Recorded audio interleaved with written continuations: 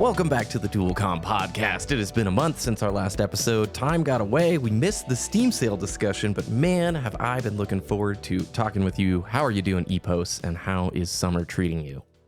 I am doing okay. July was supposed to be my vacation month, and while I have not really worked, I haven't done pretty much any of the stuff I had planned to do on vacation. It's been a weird summer. Yeah, this is definitely the doldrums. That's the best way I can describe it. Or, I don't know, everybody's going through this unique rhythm because my mood is all over the place right now. There's just like a lot of stress with work and real life stuff, and I've kind of got a lot of joy under my belt back again with gaming, but I want to say for 2 months, the hobby was sort of weird. I was drinking from a fire hose. I played a ton of different games, wasn't finishing anything. Honestly, didn't have a lot of time for anything. And since we last spoke, I've been able to roll credits on a couple of games and really excited to talk with you and find out what you've been playing and pick your brain. So today's show, we have a handful of things to talk about. We have been discussing a little bit real player numbers. Like, what do actual gamers want, not the corporate executives, and what is the real story about like concurrent player counts, and why do some of these super old games, like if you look at Steam charts, it's pretty surprising the games that are in the top 25 there. And then lots of Switch 2 stuff to talk about in terms of the hardware and sort of this planned obsolescence when it comes to a few of the peripherals. And I think we could talk about what we've been playing lately, along with some intentionality stuff. So how does that sound, man? I'm looking forward to it. I've been missing this show a lot. I haven't recorded hardly anything at all in a month since I've been quote unquote off, so I'm very excited. Have you guys gone anywhere for vacation? Not really. We took a trip up to Cincinnati to visit IKEA of all places because we were going to buy something for our kitchen and left sorely disappointed. But did they not have it, or out they of stock? had it? It was just way cheaper and crappier than we were hoping for, and we got we had no clue what to expect with the store, and it was not what we expected, and then we got like stuck in there, and it was just not a good time. And then honestly, the food was not very. I'm an official IKEA hater now because I do not understand the hype, but I can understand if you were going there with a bit more of a less objective thing, you might have had a better time. There's a culture around it. I've been to a few stores, but was that your first IKEA experience? Yeah, it's overwhelming. Like, I didn't realize how big it is and how it is like going through a zoo, and to get out is like an hour and a half journey, right? Yes. If you go through all the ways and stuff.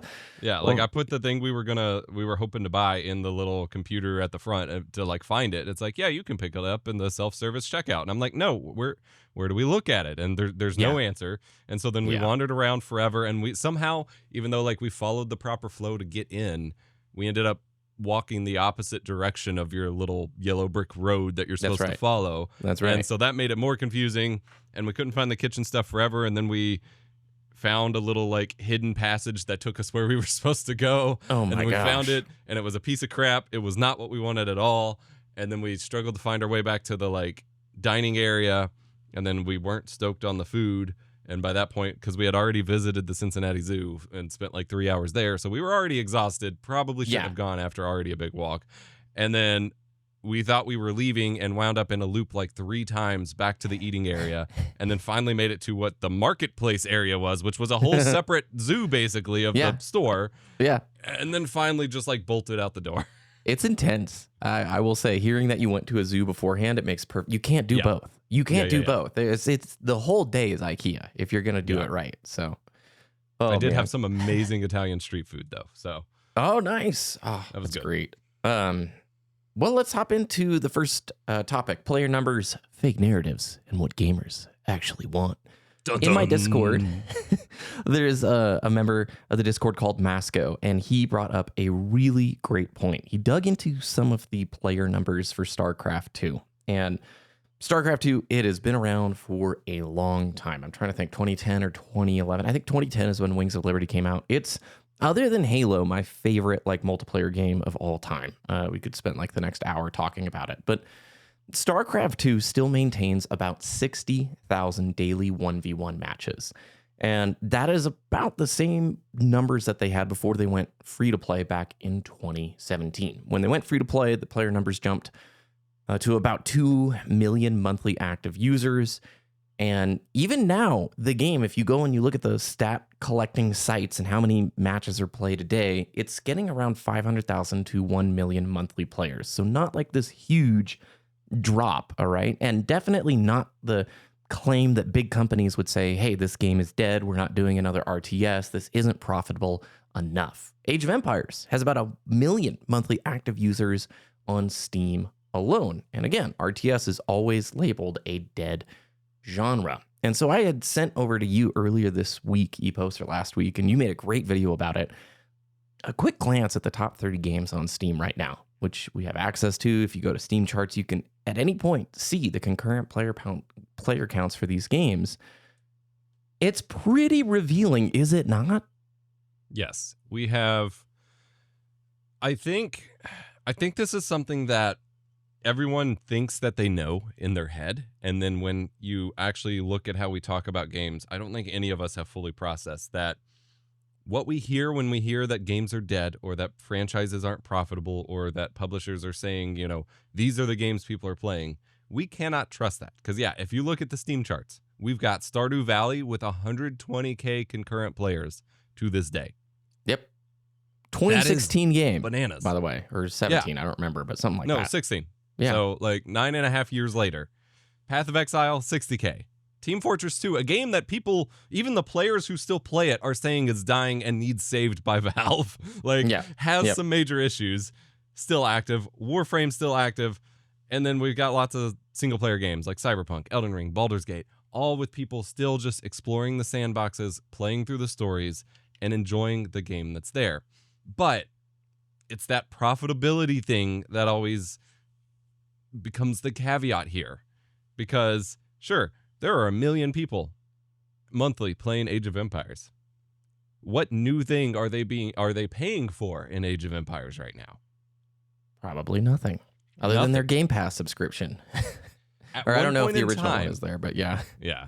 At one point in time, a game's sales numbers and a game's continued supportive player base over years and years was an achievement to be lauded, to be like celebrated, to encourage studios to keep making more of them because people will keep buying them.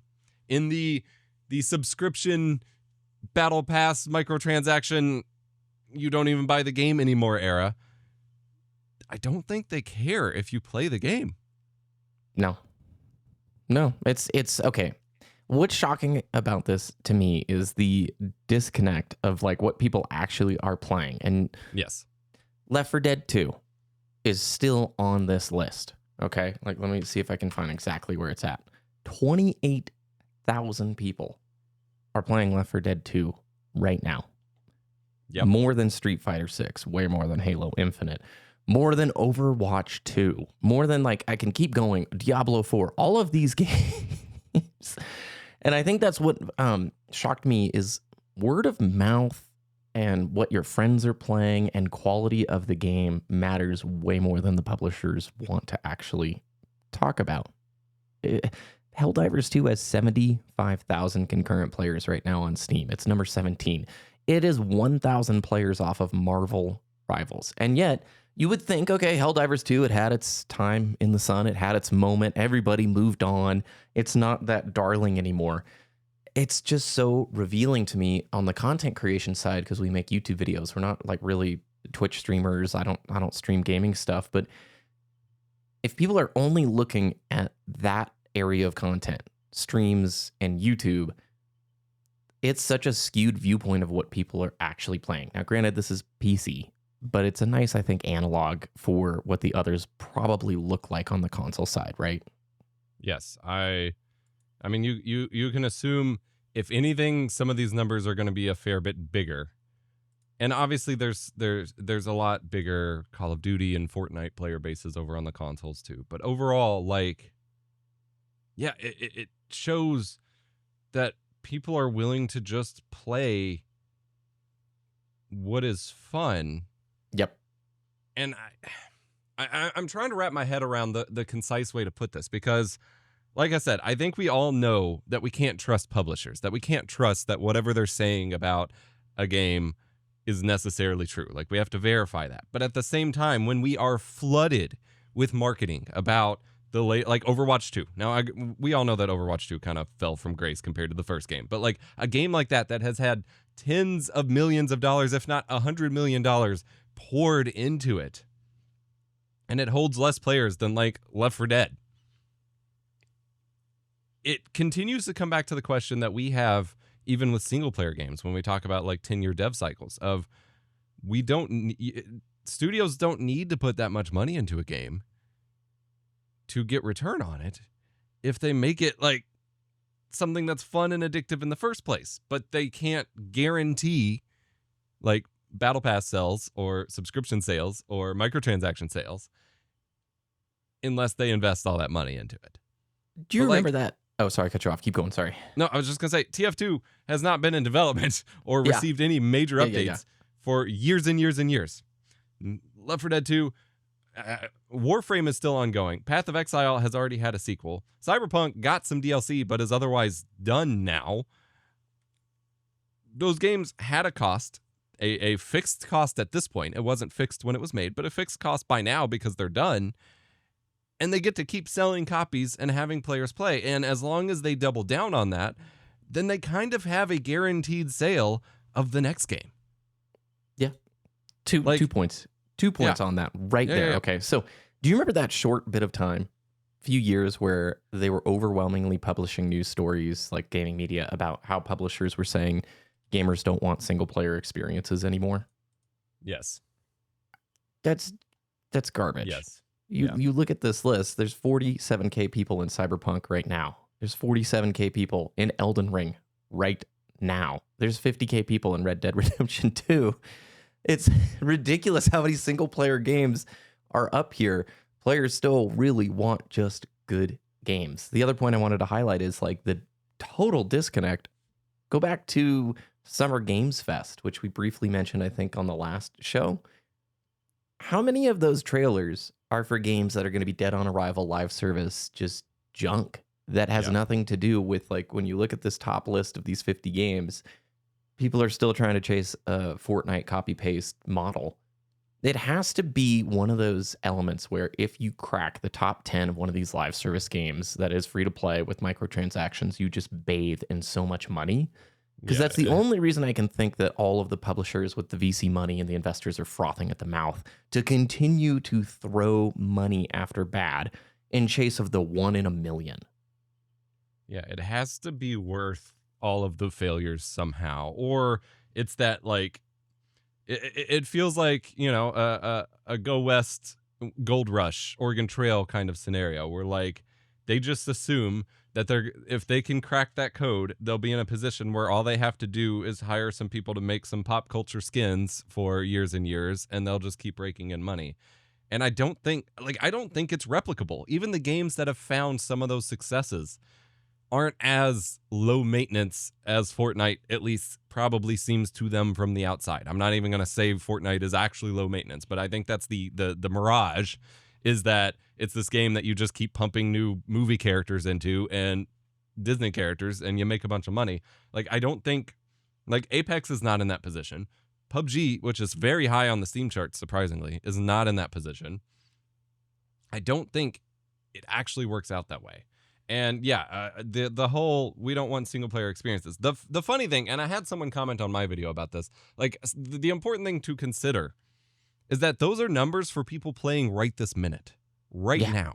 Yeah. What that leaves out is the exponentially higher number of people who have already played through these single player games and just aren't playing them in this moment because they're playing another one or not playing a game at this exact moment. Like, some of these games, like Cyberpunk has a bit of a sandbox element. Elden Ring only goes so far. Like, you can do your multiple playthroughs or whatever, but after a certain point, you're going to be done with it for a while and put it down. And I think that has already started confusing some people. And we've seen conversations on social media about retention for single player games of like, oh, Claire Obscura is already down X number of players after 2 months or whatever. And it's like, if they beat it, they don't need to keep playing. Like, that's not a metric for single player games. We don't need that.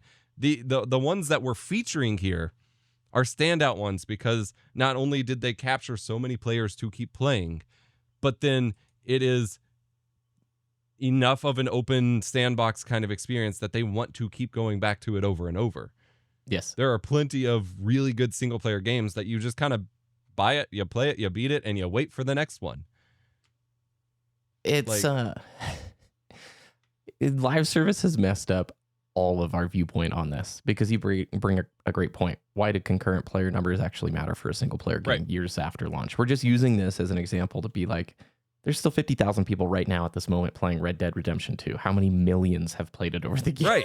Yeah. Yeah. It's supposed to be the indicator, not an actual measurement. Yeah. Yeah. I think what this reveals to me, and what I'm trying to say, is good games matter way more than what the publishers are telling you about dead genres or even content creators and streamers, because this list shows word of mouth and good games. It is provable that like players will gravitate towards the great experiences in this fashion on Steam. I love that they expose these numbers. I'm sure the publishers hate it. You think about all the other storefronts. They hate when people can go and look and show, like on the Xbox most played, you can't see the actual numbers, but you can see what game is ahead of what game. And people are always trying to infer how, this game is and if it's successful or not. But Monster Hunter is a series I love. And Monster Hunter World came out, I don't know, 17, 18. I think it was 2018, actually, on the PC, 2017 for the console. I played a ton of that game. It's a wonderful game. I think it's one of the best in the Monster Hunter series. Wilds just came out earlier this year. Not received as well. I've had people argue with me in the comments on this, but it's got a 40% on Steam, okay? And World remains at that 87%. It's a better game from most players, all right? And it shows. Right now, there's 19,500 people in Monster Hunter World. There's only 22,000 in Monster Hunter Wilds. They're almost identical next to each other on the charts. Years apart, it shows people will gravitate towards the fun games. I think word of mouth matters way more than we think it does. Like what your friends are telling you, hey, you should play this, or this is a fun game. You have to imagine Left 4 Dead 2 and Team Fortress 2. That is a ton of people in that community playing with their friends in a co-op style way. Yeah. And it's even as like a publisher, that's the model that is going to get you sales. That's why that's the thing that so many smaller devs hoped to capitalize on with like being a free game on Epic Game Store or whatever, is you get the first 2% of players in that are like super stoked on your game, and then they tell everyone else, and sales hopefully increase from there. But I agree. And I know someone's going to be mad that we're talking about content creators while we're literally making content. But I think something important when evaluating sources of any type of information is to consider the source itself. If it is a streamer who primarily plays live service games or primarily plays one game, if they're talking about the state of the game, you kind of got to filter that a bit. They are inherently biased in one direction or another because their livelihood depends on that game. And I will report in this regard. Like, I have been there back in the old school Halo days. Like, we used to be very active in the Halo scene, and around the Halo 4 time or whatever, there was a lot of drama over, oh, Halo's dead this time, blah, blah, blah. And obviously that has rinsed and repeat over and over across every subsequent release. But similar games were like, when your livelihood depends on it and you start measuring a game's success by viewership, or in the publisher's case, microtransaction viability rather than the actual playing, it's a different conversation. Publishers saying single player games aren't desirable anymore aren't necessarily, obviously they're not the player base in the first place, so they don't represent the players themselves. But also, like, similarly with content creators, I'm sure to someone who was super stoked on, I'm trying to come up with a game that has not been successful that would not be controversial to say, just whatever game that did not have the launch that everyone expected, someone who built their entire like branding around that for a while, they're going to be really bummed that did not work out, and they're going to have to figure out some pivots. And in the process, they're going to make some videos. X-Defiant, how about that one? Yes, perfect. Yes, a channel who came up thinking X-Defiant was going to be the savior of the genre and this whole new game, and like really believed in that developer's vision and hoped Ubisoft wouldn't cannibalize it. They're going to be pretty bummed, and they're going to have a lot of conversations about how the genre just can't sustain itself anymore, or how, whatever. You got to take that context into consideration, because if you look at where people are playing, people are still playing the older formats of games, and that is where most of the players are. And like I was trying to allude to and was not doing a good job at the beginning, the marketing budgets being spent on games, those don't represent what's actually popular. Those are attempts to make something popular. And I think we all know that on some level, but it's hard for us to really look inside and accept that when we're also participating in the discourse. Because if a bunch of marketing is put out around a game or a type of game, that becomes where most of the conversations are, even if we don't actually want to be a part of that machine. Because we can't avoid it, we want to react to it, and therefore we are contributing to it, even though realistically, it's not all that popular. Just don't want publishers blowing smoke our way. And for years, that's been the case. And if you make a good original game and it's quality, at least on Steam, you're going to gain momentum. The rating system, the ability for the Steam curators, and obviously there is the element of it would catch fire. There's so many of these friend slop games, which I love that title. All of these silly, pretty low effort co-op games that go up on Steam, but are super fun with friends. They're really silly little co-op experiences that tend to blow up because a few content creators will cover them, and then people see it. It gets the visibility, it blows up. I think those are different from what we're talking about here. I have an example. Obviously, we know that Sony had taken a lot of their mainline studios off of single player projects the last 4 or 5 years to chase live service, and they're kind of recalibrating now, it seems like, from a lot of the reports that we hear, and that's a bummer. But I can talk about an example. On this Steam sale, I picked up Marvel's Guardians of the Galaxy from 2021, that single player game. It was $6. I loved it. We'll talk about it later. It was such a good game, Epos, in terms of just a fun start to finish Xbox 360 style romp. Not a 5 out of 5, maybe not even a 4 out of 5, but a really fun game that probably sold decently. And Eidos Montreal were the developers behind it.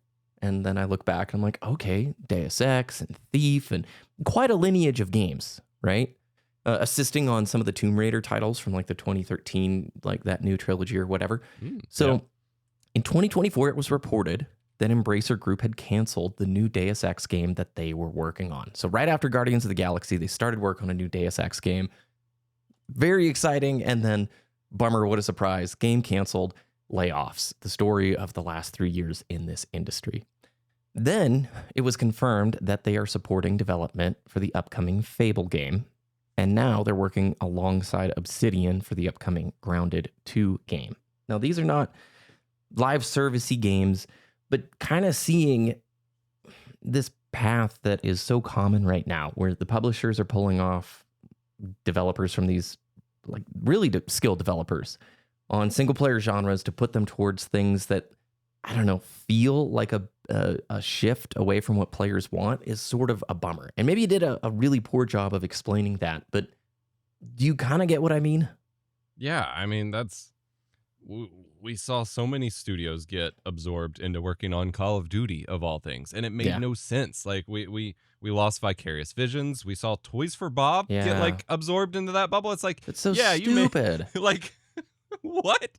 And thankfully, after the merger and all of that, they've been able to branch off and even keep a contract to work on new Spyro Crash games or whatever. But those decisions very much reveal that, I would argue, and I will stand alone to argue this if I have to, the game as an individual piece of media is not the focus, at all. Imagine taking, this is a really bad example. Let's say, just to go super mainstream, because I don't know who else to pick on. Let's say, imagine a record label taking Taylor Swift and being all right, you're going to do backup vocals for the new whatever popular rock band song is coming out soon. That's your job now. Yeah. You're crushing it. You put out an amazing platinum album. You're going to go do backup vocals for a little bit. Yeah. That is exactly what that is. In a genre that you don't even sing. You know? Yeah. It's you're gonna be the next the next hip hop backup little vocal person. Yeah. The sparkle, the flair. That's right. Like Yes. that is what it feels like. I Mhm. don't. Mhm. To me, that tells me like we've seen. I think we've seen a cascading series of like signs that have just kind of led to games are not the focus anymore. And we've said that a million times, but it's so revealing every time a new element of that comes up. Like, wow, it's really not about the games anymore. It's And I can that's a so lot of these frustrating free to for so many of play us. like slop games, or I'm gonna say it's the FPS genre. It barely even exists to be fun anymore. It's the minimum viable product to sell you a battle pass. That's it. Yes. What is the least work we can possibly do to launch a stripped down first person shooter multiplayer game and then litter it with ads and microtransactions? Because no offense, the whales are dumb. And there's always the consumers who are going to throw thousands of dollars at these games to keep them live, who have no issue spending $100 on a skin in a game that will be dead in a year or two. And it's so frustrating that like the purchasing behavior of like 5% or less, we've even talked about that in previous episodes. It's so ridiculously small the percentage of the whales who float like 90% of the capital for the microtransaction fueled games.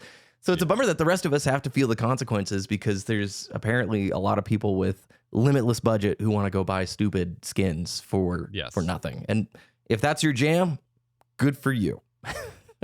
This weirdly like activated a light bulb in my brain. All of your conversations recently, like, or our conversations even, about like intentionality and how it's easy to do the lazy thing and you have to put in effort to better your life and to like fix these things. It's the same thing with game studios. It's easy to just try to capitalize on the whales and to make the least, like you said, the minimum viable product you can get out there, to start charging money and try to capitalize on it to make executives happy. It takes effort to make a good game that actually sticks around, but it's easy to do the other thing. And then they all do the other thing and wonder why their game can't stick around. Mm-hmm. They're I not want the making box them copy with any era intentionality. back. Yeah. Yep. We had so much more agency in the boxed copy era. If it launched broken and unfinished, people would not pay money for it. Yeah. In this free-to-play universe, it's here's a steaming pile of half-finished yuck, but it's okay. We've got a roadmap. Yeah. We promise we're going to fix it. Over the next 3 weeks, we're adding a new map and 17 new skins. We did it. We fixed it, everyone. It's all better. I think, yeah, I mean, that ties directly into why project management is such a like dumpster fire with games in general right now. I think because that kind of fix it later strategy is the default project management. Like they used to have to justify to us why the game was worth buying. Actually, all the features, all the modes, all the maps, whatever they could shove on the disc. Yep. And now they just assume that we'll buy it. And then instead of having a development roadmap for the studio to manage, it is a development roadmap to entice us to keep playing as they develop the game, which just feels not, I don't know. There's games with Trello boards that you can go, you can go see their freaking agile Trello board, and it's like, yep, this is what we're planning to do. So maybe I'm getting a little too cynical here. It hits so close to home because you and I both come from the like multiplayer FPS side, the golden 360 era, and now we don't really touch much of it. So all I want to say is this. You as a gamer get the choice to choose whatever you want to play. And I look at these numbers and I'm incredibly encouraged, because it doesn't match with the stuff that feels really out of pocket from the publishers, that the world only wants multiplayer. You need to be on our live service game. Single player isn't it. Coming off of this Steam sale, I am again so charged and amped on PC gaming, because you can, for pennies, like $5 goes so far on a Steam sale. Just get incredible games that you can play for a long time. And I think the narrative may not shift with publishers, especially the ones with the deep pockets who can continue to make and market these things. But the truth of the matter is, this list of top 50 games on Steam are all pretty darn good games, and that is encouraging to see. Yes, I 100% agree. It has me wanting to go back to some. Like, I still haven't finished up my Baldur's Gate playthrough with my wife. I still haven't made it more than a couple hours into Cyberpunk. Like, I'm like, I need to get back to them. I need to recalibrate of sorts. Like, it's so easy to get wrapped up in whatever the trailers are for. And it's like, and like with the Summer Games Fest thing, like there were a few little trailers in there where it's like, yeah, that's what I watched for, but it's easy to let the noise of everything else kind of cloud your brain and start to wonder, maybe I should try that. Will I miss out on this or whatever? And it's like, no, you need to really decide what you're going to play. Yeah. Don't let them tell you. Well, I'm going to go off of our show notes. I'm going to skip just for a second our next topic here and talk about that. So the recent Steam Summer Sale just happened, and I want to mention some of the games that I picked up, but also kind of the methodology that I went into this Steam sale with. I really like the rating system on Steam, and I don't think I've ever appreciated it before this Steam sale.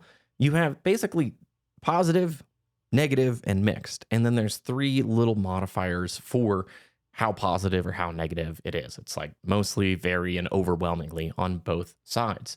And what's really great about this, if you're just using Steam to sort of browse and look for games that you may want to try, you don't spoil the experience necessarily to the same degree that you would if you go online, read a bunch of Metacritic reviews, watch 3 video essays on it before you purchase the game. Yeah. There's something really fun about discovering a game-ish, I say discovering, but like choosing it yourself, playing it yourself, and kind of making up your own mind. And I feel like the Steam rating system gives you just enough of a temperature check where you don't necessarily spoil that experience and you try things that you may not have tried. Now, it's good in this era to be a smart consumer, to watch, to listen, to read. I think all of that is great. So I'm not being critical. I mean, there's irony here. I love to talk about games. That's what the channel is. I watch, my stuff if you like my thoughts on games, but don't let me or other content creators be your replacement for your own curiosity. And we're now in this era where everybody's outsourcing curiosity to an algorithm, to looking stuff up, and there's still a benefit in going and digging and looking for yourself. And so plenty of times I'm deep way in the niche parts of Steam, and I see a new game and I look at the reviews and it'll be like overwhelmingly negative. And I can briefly see, okay, the performance is a joke. The content isn't there. I will avoid this. But then there's some that are just like 50 reviews, mostly positive, and you're like, I might be interested in that. Let me pick that up here on this Steam sale and give it a shot. So before I give the list of things that I picked up, does any of that resonate with you?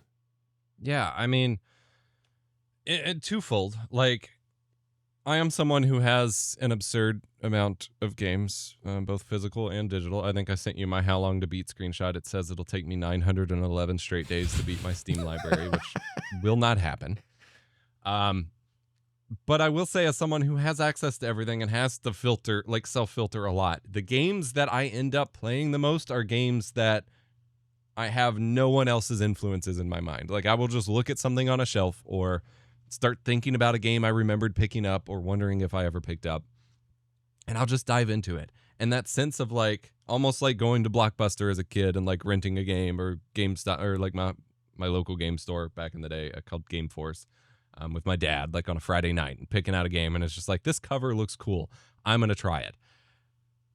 Obviously, there's an occasional one where I'm just like, yeah, I'm not vibing. But more times than not, the games I end up sticking the most with are, and getting closer to finishing or putting the most time in or enjoying the most, are the games that I pick kind of from that place, rather than the ones that I feel obligated to, either because everyone else has played it and I need to not miss out, or because everyone's saying it's really good or whatever. Like, when I have zero influence on this random PS2 game I remember hearing about as a kid, or this Steam game I picked up 4 years ago on a Steam sale and I'm finally getting to, or something that looked good in my Steam recommendations. Like, the Steam recommendations are pretty good. It's still an algorithm, so you're not taking full agency. But if you, up and down vote, like really start filtering your games on it, it can really find stuff you like. And like I said, those games where I discover more of myself rather than some sort of social pressure, I play a ton more. But you also made me think about, there's a video that Total Biscuit put out back in the day that he got a lot of flack for at the time. This was back like right before the Gamergate era, where everyone was just like, gaming reviews need to be completely unbiased and you need to have no opinions of your own, blah, blah, blah. And Total Biscuit was like, here is how you watch a game review.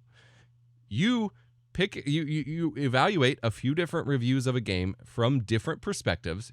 You figure out what those perspectives actually are. Like, does this person have any experience with the genre? Does this person typically like this kind of game? Does this person like other games that you like? Like, find reviewers whose recommendations you actually jive with, and then evaluate based on there. Like, you have to actually consider the context, because every human being has some bias.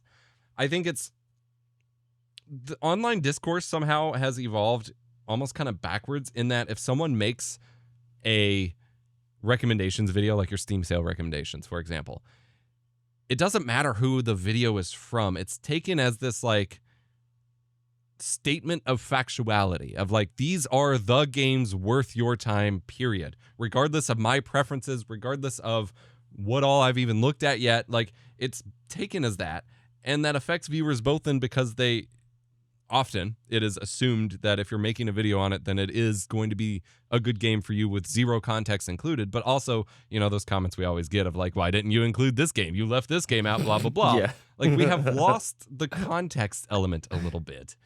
And I think that's very important, because the reason BBK and I jive so well together is our interests align a lot. Our preferences for certain niches align a lot. And there are some deviations. But if you are watching like a From Software game review from someone who doesn't like Souls games, that can be a very informative perspective if you've never played a Souls game.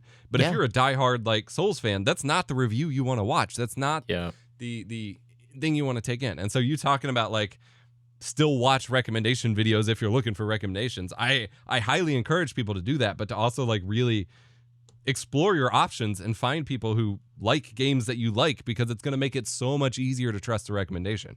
If you or my community manager Will sends me a game and is like, hey, you need to look at this, I can almost guarantee I am going to like that game. I'm going to install it and have a blast. Yep. If someone I've not talked to in 6 years who plays mostly like strategy games sends me a recommendation, I'm going to be like, I don't know. It's like that relative that wants to buy you something for Christmas relevant to your hobbies and just gets something that's like not at all accurate. It's like, oh yay, another coffee mug shaped like a Canon lens. Thank you. That fills my photographer heart. Like, hey, that sounds pretty cool, actually. I love that you bring that up. The objectivity thing is such a joke. Okay, I think about it in the way of films. What I love so much about like films and obviously games, what I'm going to see in that film and what I'm going to pull out is going to be unique to me. Like, we could watch the same movie, but it's going to resonate on different strings because of our life and our experiences. And same thing is true with games. Okay. Marvel's Guardians of the Galaxy is an ultra linear 360 style game. I'm talking like, if you enjoyed Gears of War, this is that formula polished up with the Guardians characters, great music, all that stuff. But if you go and you look at the Steam reviews, there's plenty of people who are like, this is so linear. It's on rails. You have no choices. It's just a story game. It's just a story game. And then you realize, like, wait a second.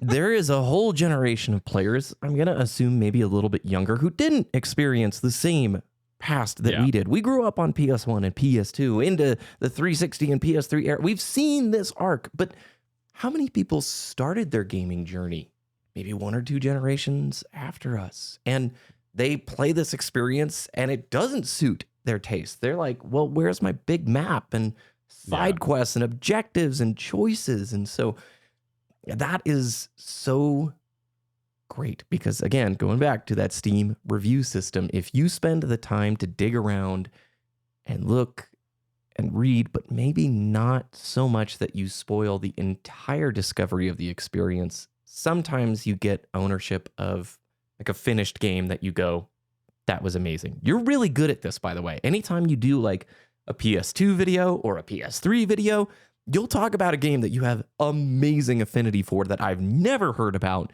And it didn't get a bunch of hype.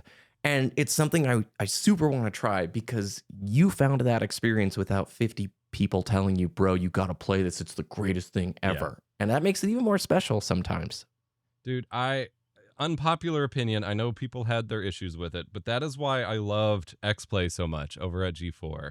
Like, kind of both the new and the old versions, because the reviews were written in a way where you knew what the game was about, how it would feel to play, and what complaints there might be about it, but you don't have every aspect spoiled for you. It's not an hour-long video essay about how wonderful the story was, or like the new format for a lot of game reviews. And I'm not knocking anybody specifically, but it's clearly for an era of people who aren't going to play the game, is basically to just like narrate your playthrough of the whole game in packaged like a review. It's like, yeah, you do this, and then you do this, and you do this, and then this happens, and it like walks you through the whole story while it's a review. And it's like, that just spoiled the whole thing. I don't want a review that tells me what, like, the whole game. I want to play it for myself. I just want to know if it's worth playing.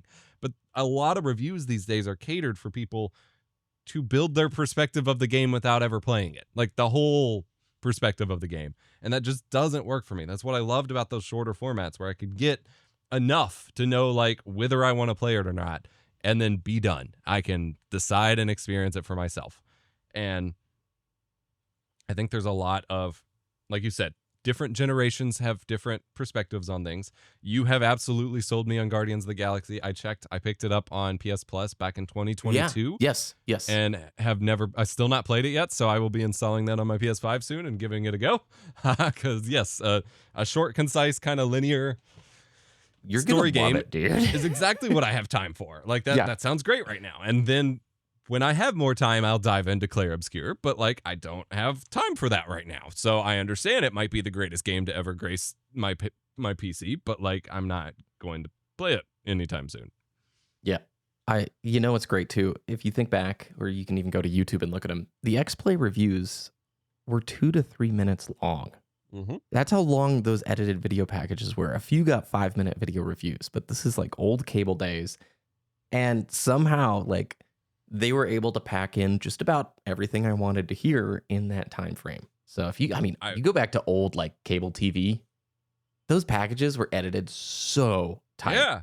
It's amazing, the polish. It's almost like short form levels, dude. It is. It's crazy. Like I will always enjoy that format better than like there's lots of good long form stuff out there. I've watched a bunch recently, but like broadly speaking, especially if I'm just in and out to get hyped for a game or something like that, like I will always appreciate a quick, tightly edited thing over a long, like thoroughly broken down exploration of mechanics or every aspect of the story or whatever. Like it has its place, but like if I'm just here to like, hey, should I play this game? I mean, it's like talking to a friend.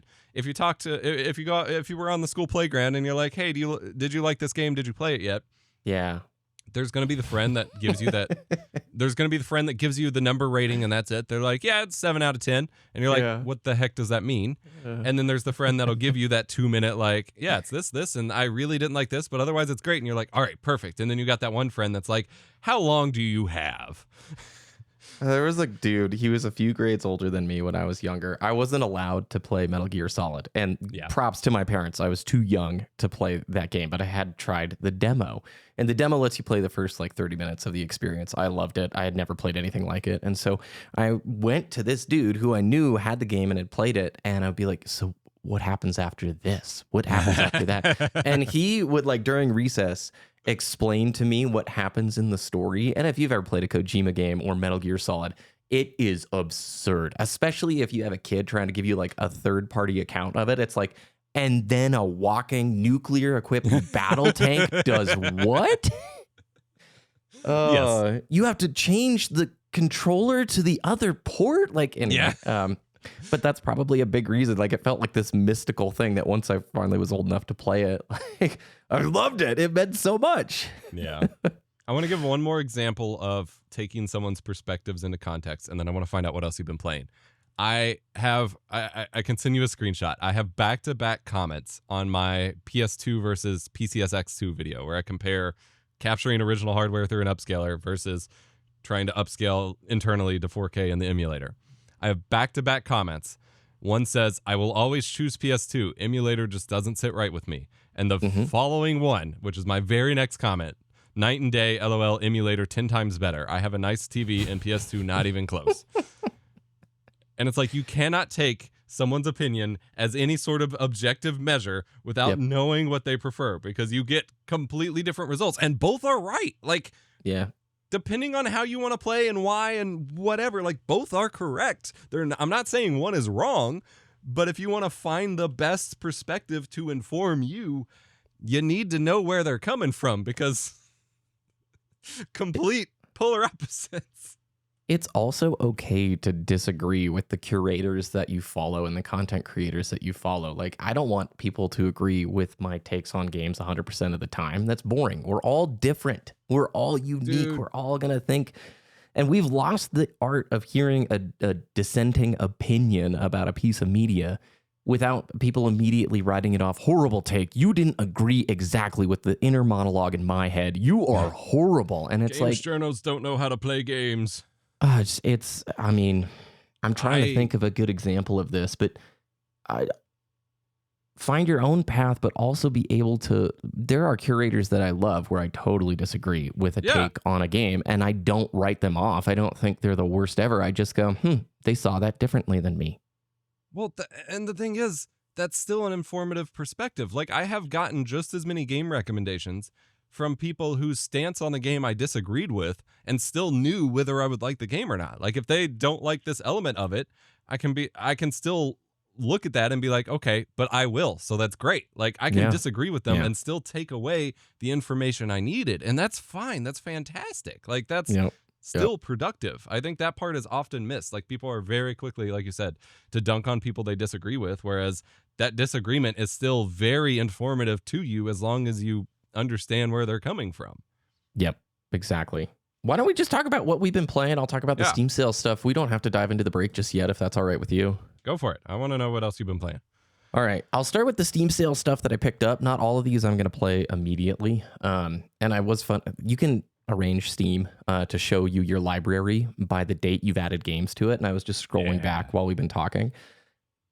I don't think I've bought a single PC game that wasn't on a seasonal Steam sale in like years. All of the date ranges are just December and June over and over again. There's a few of the fall sale stuff there, and I'm kind of happy about that because I've probably in the last like 20 games I've added to here spent less than $60. Okay, maybe a little bit over, but it's wild the deals that you can get if you're a patient gamer. There's a subreddit called Patient Gaming or something like that, and I just love that vibe of if you're willing to wait a little bit, you can pick things up for so cheap. So yes, I got Civilization 6 for a few bucks. I've never played a Civ game. I'm trying to get into genres that I've never explored really before. So Grand Strategy or 4X or whatever it's called. 4Cross, I don't know. Along that front, Jurassic World Evolution 2, which is Zoo Tycoon, but with the Jurassic Park license and dinosaurs. I picked that up for like $3.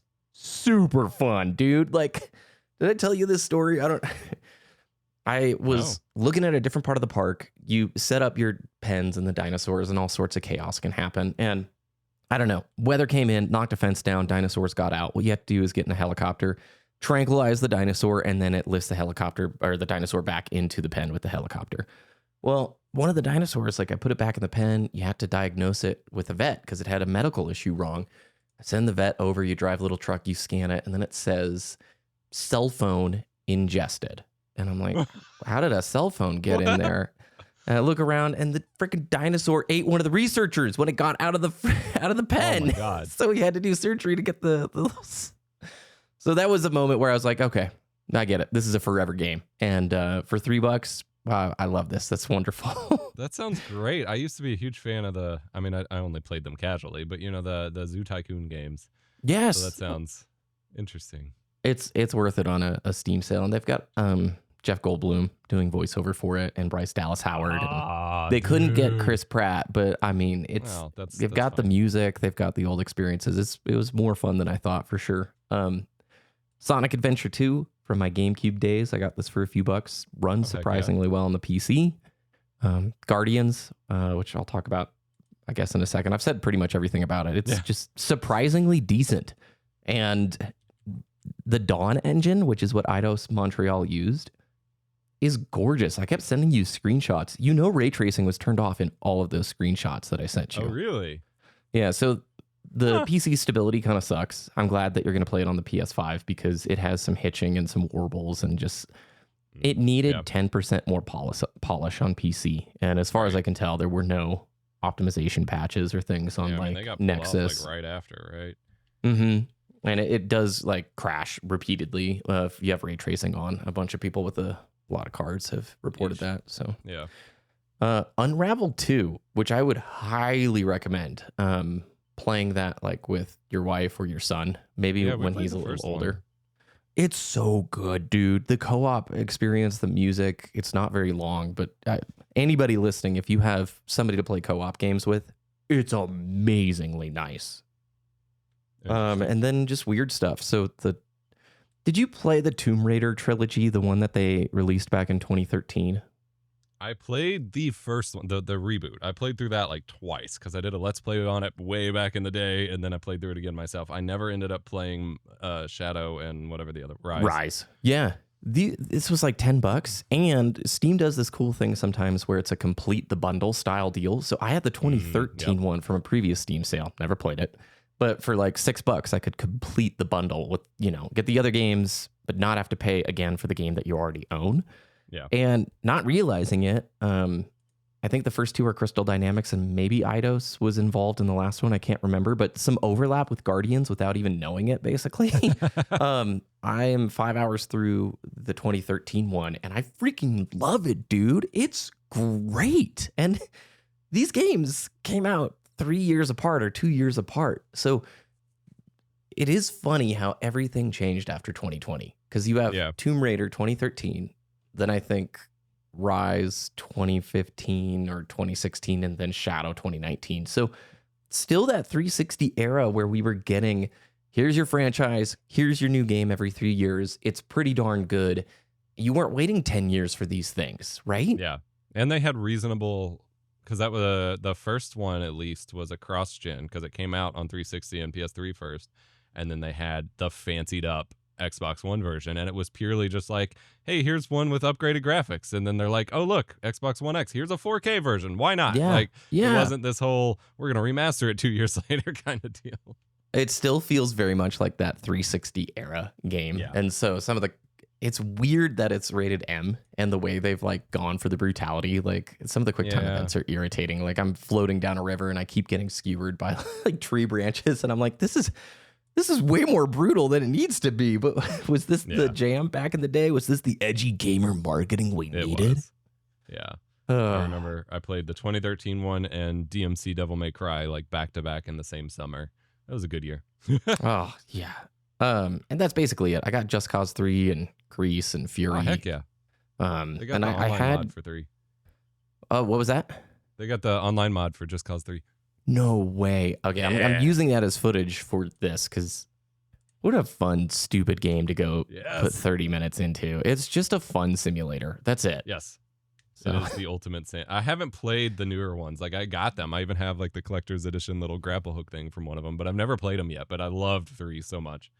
It's great. That's about it, what I picked up on the sale. What about you?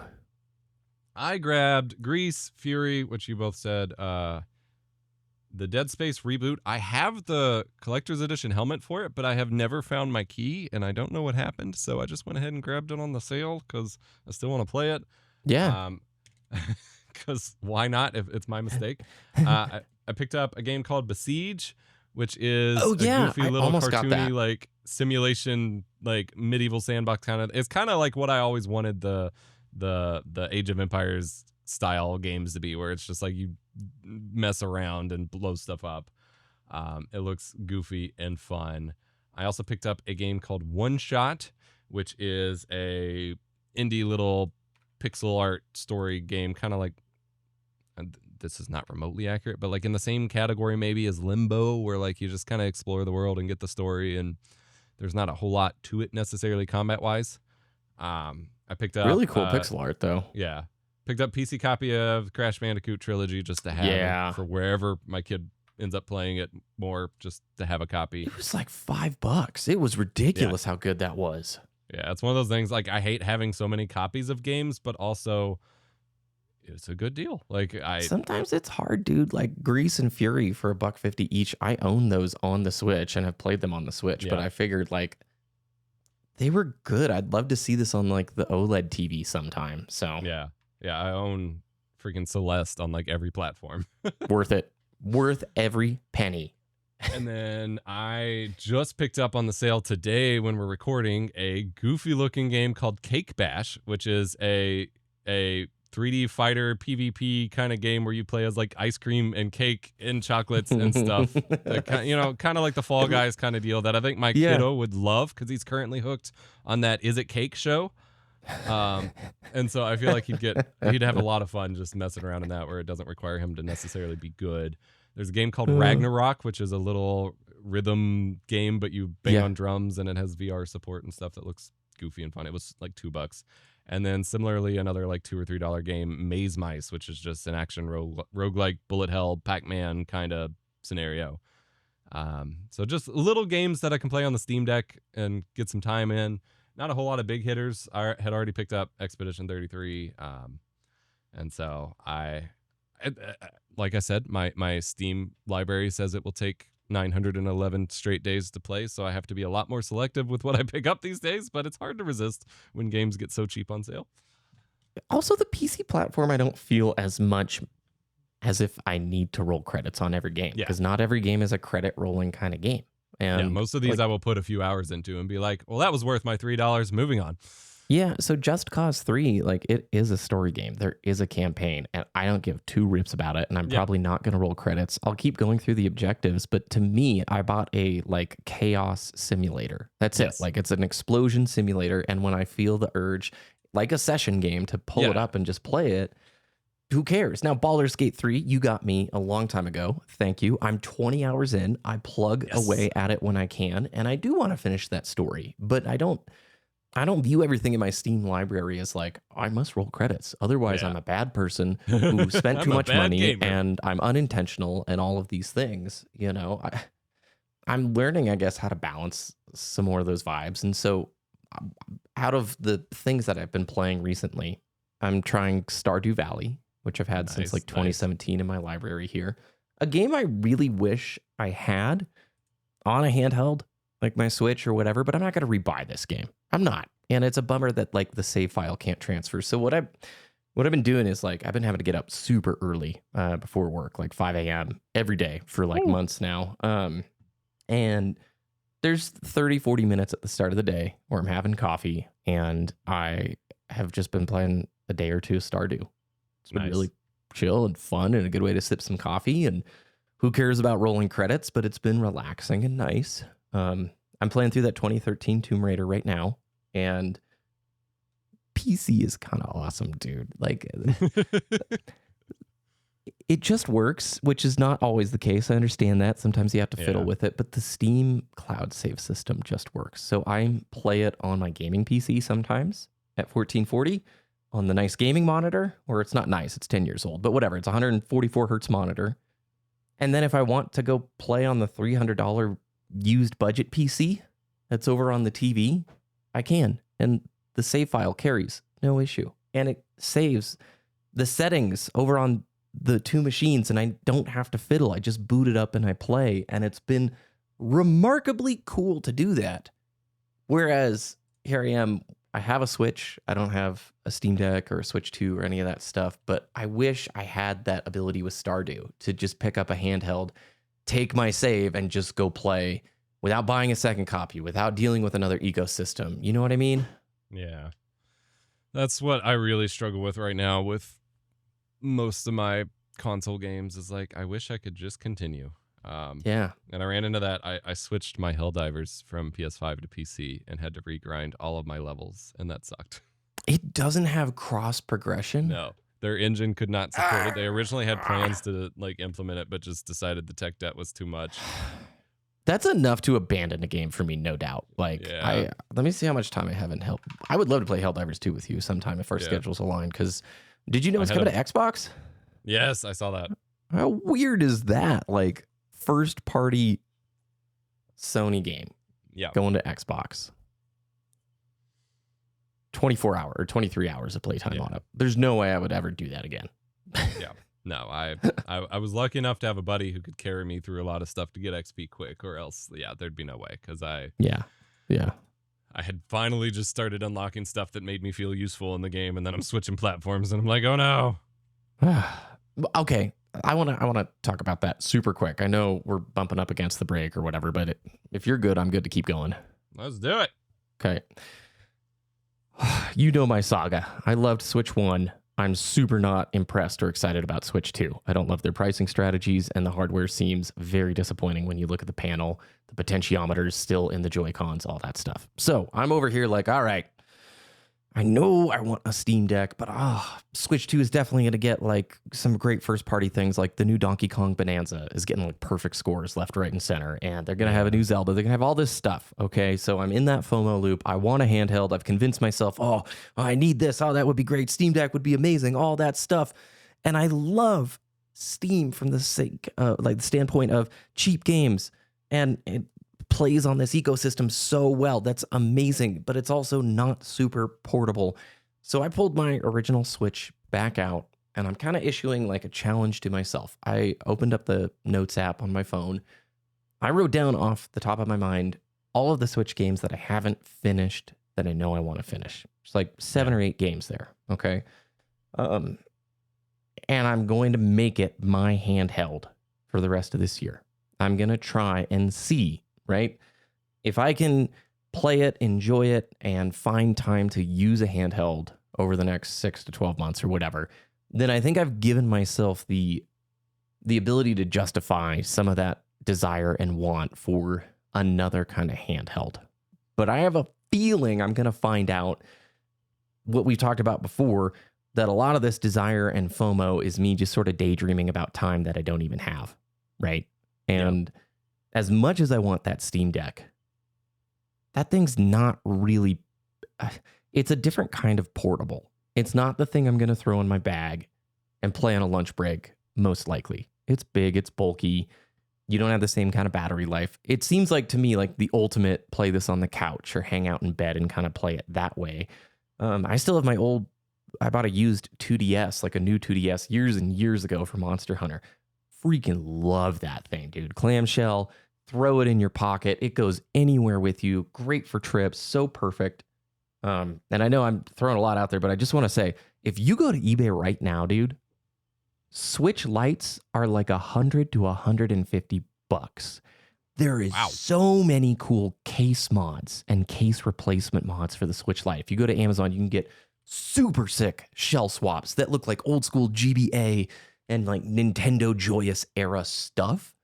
And I blame shorts because I now just see these like every day, these super sick Switch lights. You get a different kind of FOMO.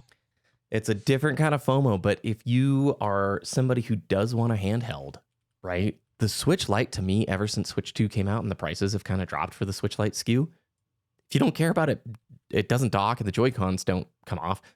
It is sick. It's like calling to me. Not that I'm going to buy one. I'm not. I've got an original Switch. The whole point of this challenge is like, hey, press pause on your stupid tech FOMO, brother, and like just play what you got right now. And if you can prove like, hey, you're loving it, you're enjoying it, maybe then we can start budgeting and thinking about these things again. So that's my huge rant that I at least wanted to share. And I'm now going to send you in chat while I hear your response. Some of these like case mod things, because they are just saw the sick, Atomic dude. Purple one. I'm like, yes. Oh man, Switch Lite. I mean, I run into the same thing because I got the original Steam Deck like a little bit after it released because they had a very staggered release flow for it to manage stock. And then it did not feel like very long after I got it that they had the Steam Deck OLED come out. And I felt kind of ripped off by that. Yeah. The fact that you couldn't, like, the whole point was that you could swap out the parts and stuff, and you couldn't swap that in.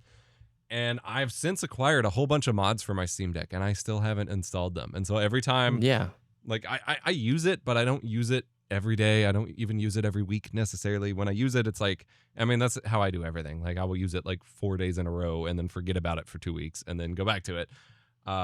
And so every time I'm looking at like the new ROG Ally with the handles, I'm like, that would be a lot more comfortable. That would run games better. I would enjoy my games that I play 4 hours out of the month a lot better. Totally worth it. That's like exactly I run into a similar dude. That's FOMO. Like, and like this month itself, like this was going to be the month that I caught up on games, so I had a lot more to talk about with you. And there's just been a whole lot of behind the scenes stuff that came up, and so I haven't played a ton. My wife and I have been playing through Horizon Zero Dawn for the first time. I started it back in like around when it came out, but never made it far. Yep. And so my What wife's platform primarily playing. are you on, by the way? PS4 Pro. Okay, cool. Is it the original copy, or I guess Yeah. no? The enhanced is on the PS5 or whatever. Yeah.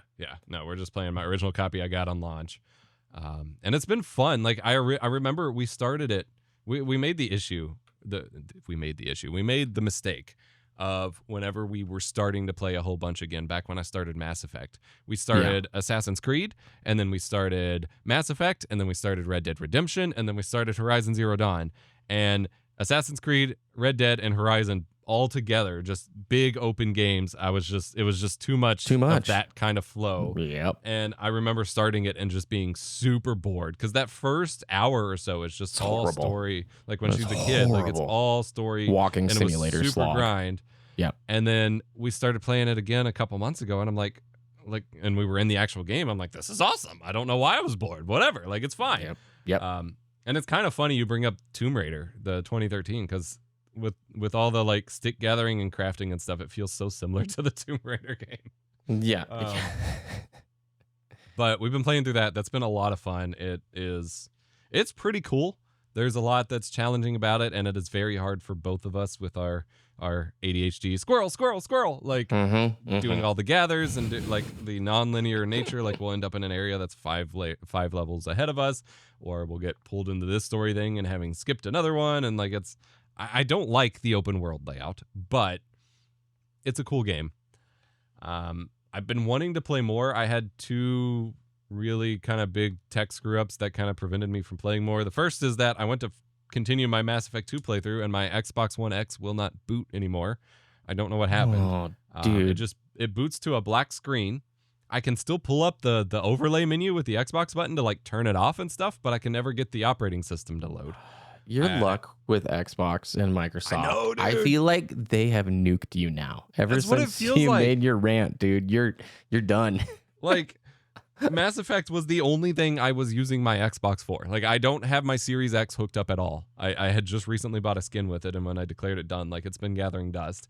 The Xbox One X has been in the house where I'm playing Mass Effect, and like that's the only game I was gonna play on it anymore. And now I can't do that. And my save is stuck there. You cannot convert them, even if I could recover them somehow. And so my plan is we have a little PC, kind of like you set up for my kiddo whenever we switched him off of the Xbox for Minecraft.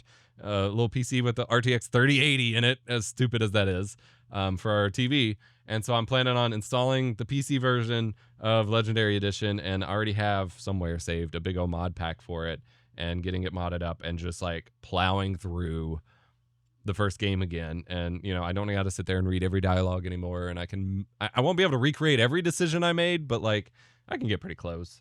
I have good news if you are going there. There's 2 save editors available. I know Nexus, and I don't know stability wise how they are, but I feel like it's pretty simple checks. And so you probably, if you don't want to like redo it, there's a method there. We had talked about that. I decided, since it's already been like 2 years since I started my when I had played it originally, like I'm just gonna speed through it again, because I'd already been itching to like play through it modded, and because I love the first one so much that like I'm just gonna plow through it, enjoy it in 4K and actually running at 60 FPS and with some mods, and then pick 2 back up, get caught up to where I was, and continue playing. And that gives me the option to switch to Film Shep, because I did the Male Shepherd and I regretted it very quickly. And so doing that.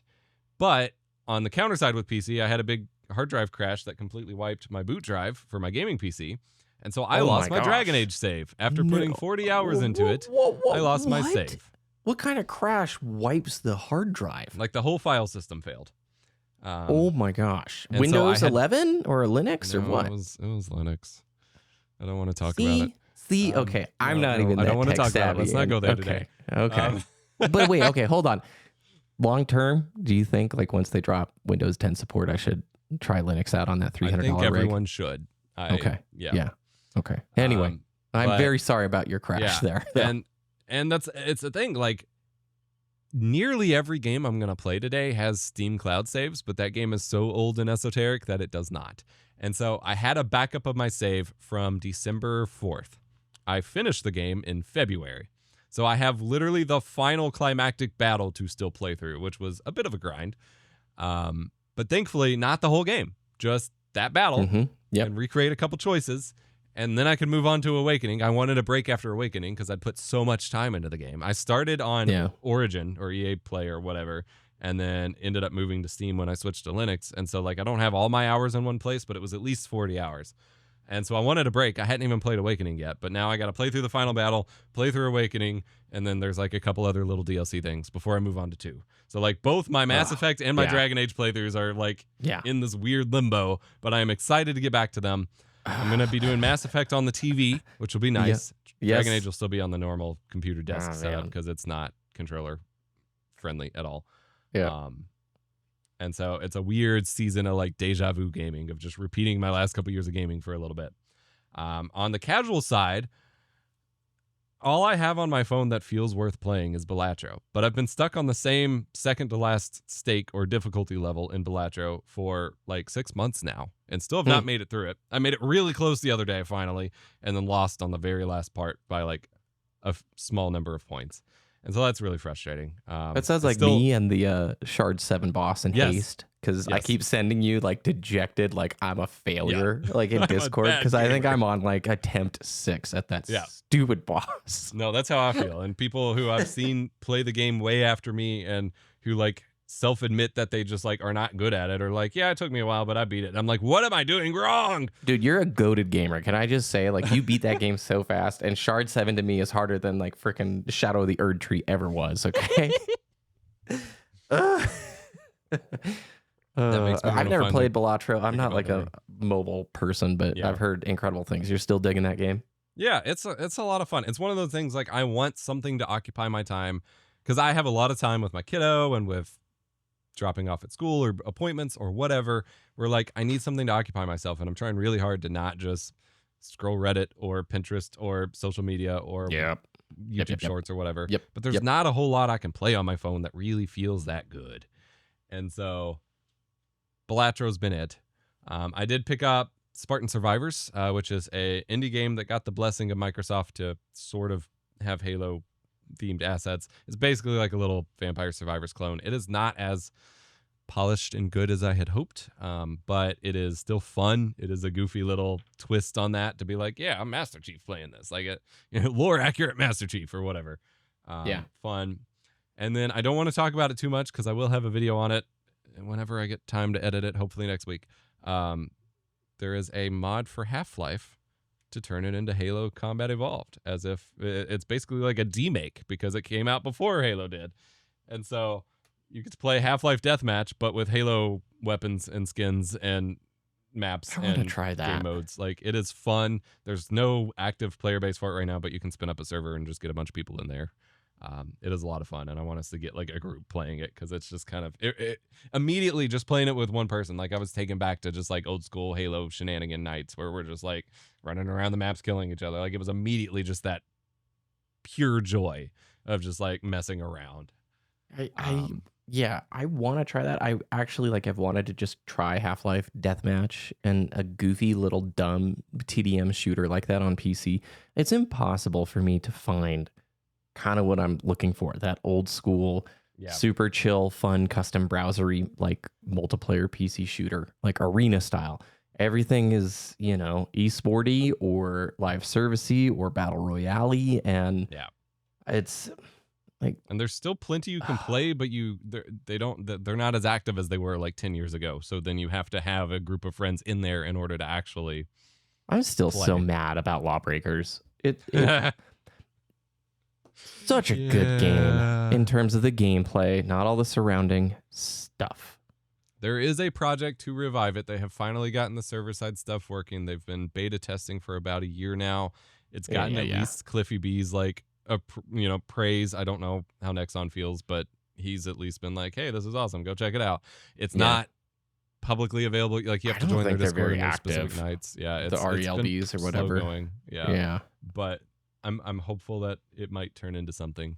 But then otherwise, I also got Mario Odyssey finally on sale. There was a video game perfection sale where I finally was like, all right, I need this. I haven't What is gotten that? the I've never two heard Zelda of games Odyssey yet. going on sale. I need to hear about this because that game is one of my favorites of all time. That and Pikmin 4, which my family just started playing the first Pikmin on GameCube, and I'm loving it. So I'm excited to have that. And I think my kiddo will love Mario Odyssey. He loved Paper Mario, and he kind of liked, we tried the 2D Super Mario Bros. U Switch version, whatever. Not and great. he liked that it was Mario, but it was way too much for us all three to be on screen trying to the get multiplayer's across the trash in jumps that. and stuff. Like, it was horrible. You'll have a great time with Odyssey, and you can co-op with it. Like, you can play as Cappy, and he can play as Mario, or vice versa. Cool. And it's just enough. It's like an afterthought mode, but you can do some pretty cool things. At the recent SGDQ, they did a co-op run together, and it's sick, dude. Okay. It's such... That's perfect. It's funny you mentioned Pikmin 4 when I was writing down, like, are there any Switch games that I would still maybe want to try and look at? I don't really know why it's happening. Apparently, like, the game keycard system, whatever, like, Nintendo is sending out surveys to people in Japan to gauge interest in it. Apparently, it's not been received well. What a surprise. But on Amazon, you're seeing like $10 discounts on a bunch of Switch games, and people are saying it's correlated right now. So Pikmin 4 is like $10 off. But it's also funny you mentioned Mass Effect, because I did Mass Effect 2 last November on the Legendary Edition, and I've been thinking like Mass Effect 3, and then thinking about that on the used gaming PC on the OLED TV. I'm like, that could be, if I really like this whole PC gaming on a TV thing. Like, hopefully I can maintain this old rig, this old shell, and maybe upgrade the CPU and GPU down the road. Like, this will just be the hand-me-down PC moving forward. And it's pretty great. But ultimately, okay, little bow on all this, because I have been thinking a lot about just games in general. Different platforms obviously have different like strengths and weaknesses, but just playing is pretty much all that matters. If you can stow away the FOMO, the continual comparison, like, should I be playing it on this? Is this a better platform? Like, that continual like seed of dissatisfaction can sort of ruin it. And I like that you mentioned when you're out and about and on the go, you're trying to reduce looking at Reddit or scrolling sites and stuff. Because I have tried super hard the last 2 or 3 months to find a healthy, intentional alternative to the stupid walled garden algorithmic ecosystems that I just go to on my phone. They never make me feel good. And even Reddit, which, like, I've tried really hard. I picked the communities and the interests and the things that I like. Even that, every 4th or 5th post is some stupid thing that has nothing to do with what I'm interested in, and I get sucked in, and I'll read some long text chain about something stupid or whatever. And I am taking the Switch with me now, like, on the go, to basically be off the internet. It's funny that, like, even in the mornings, right? I say I get up early and I'm playing Stardew. I instinctively want to just go to the easier task, which is like pull up YouTube and just binge what's on the homepage. Because YouTube has gotten so good where I can pull up the homepage right now and there's I'll open up 50 tabs. I want to be like, oh, I got to know that. I got to see this. Oh, look at that camera. That's really cool. A free game on Steam. And I just hate what it's doing to my brain. And so I really am trying hard to just like straight line towards opening up that game, because I know 30 minutes, no distractions in Stardew Valley, or 20 minutes on the Switch trying to play a little more Bayonetta 2 or something, like, I get more joy from that than the endless rabbit hole of this crazy distracted based life that we're now living in. And I have not found a way with a phone or the internet. I haven't found a good, healthy alternative where I'm like, this is a great use of my time and I'm happy and I'm supporting my hobbies. It just feels like it's stealing my time. It's a good way to put it. Yeah. So what happened to that break? Yep. See y'all soon.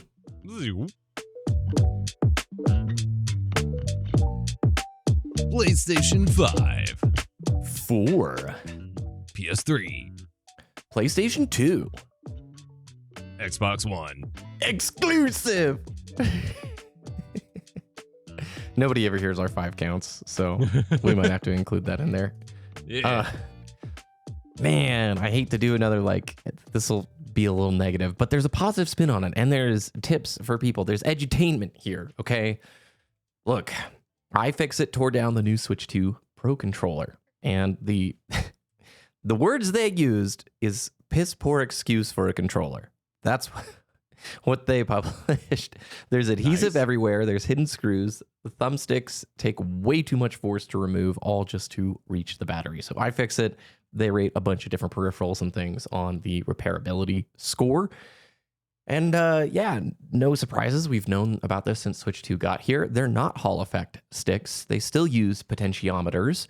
And all they did to potentially address some of the stick drift complaints and their massive issues and lawsuits from the previous round is they added a little bit more plastic, apparently, around the edges of where the sticks are, so they don't like grind as much. But with potentiometers, it's just a ticking time bomb. It's a matter of how much you use it.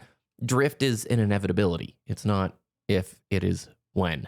And meanwhile, you've got 8-Bit Dough selling their ultimate wireless 2 controller, $60, paddles on the back, extra buttons up near the bumpers, and Hall effect sticks.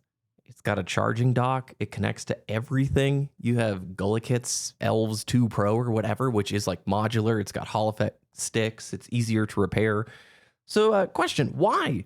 Why then is Sony and Nintendo and Xbox not stepping on board? Where's our Hall effect sticks on these first-party, super expensive controllers? Because now we're at like $85, $90 for your basic first-party pad. I mean, then you're not buying new ones. They want you to buy new ones. Think about those friends you had that were constantly going through DualShock 3 controllers and getting new ones every few years or 6 months or whatever. Like,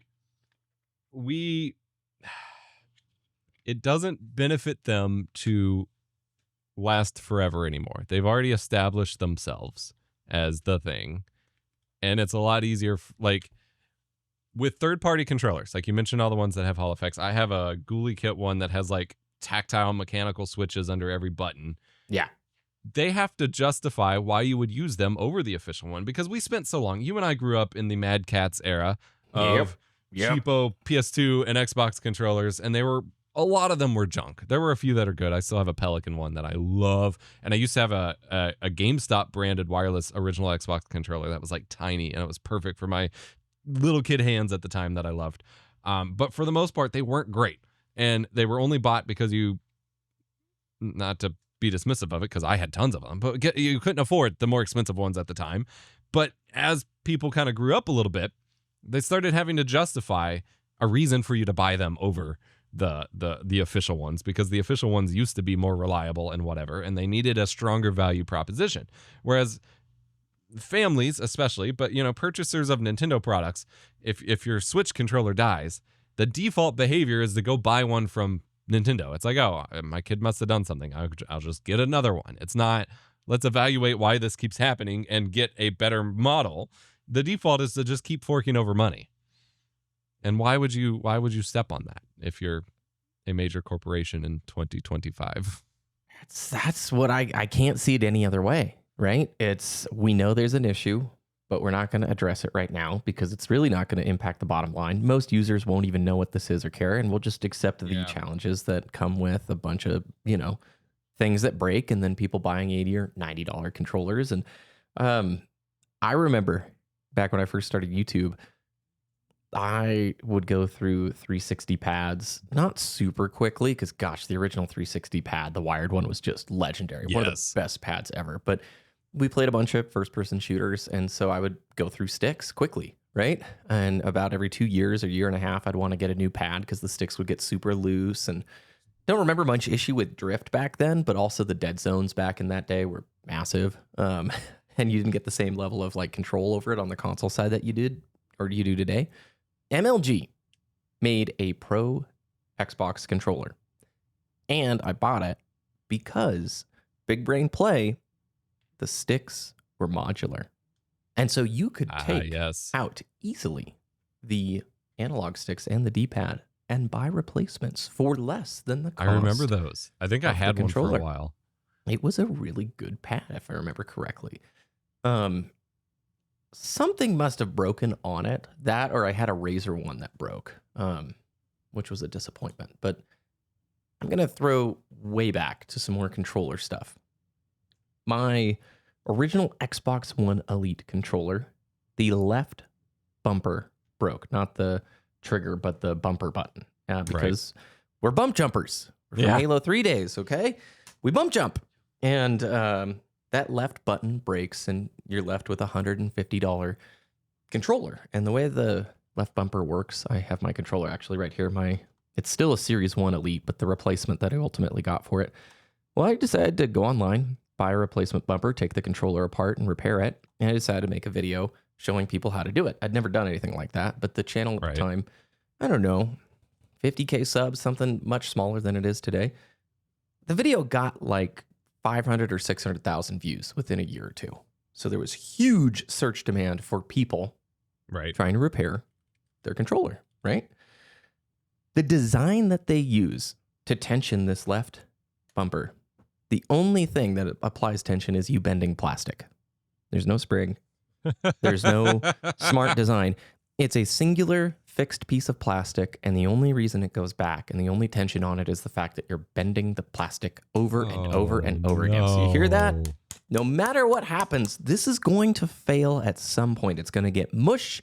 It's going to snap. It's going to do one of those things. And I made that video. It got a lot of views, and it was like, I just wanted to help folks. And you know, you make tech reviews, like 99% of people enjoy the review, and then there's the 1% who are like, this was horrible, I couldn't fix it, you're the worst. And I feel genuinely bad, but it was a lot of parents.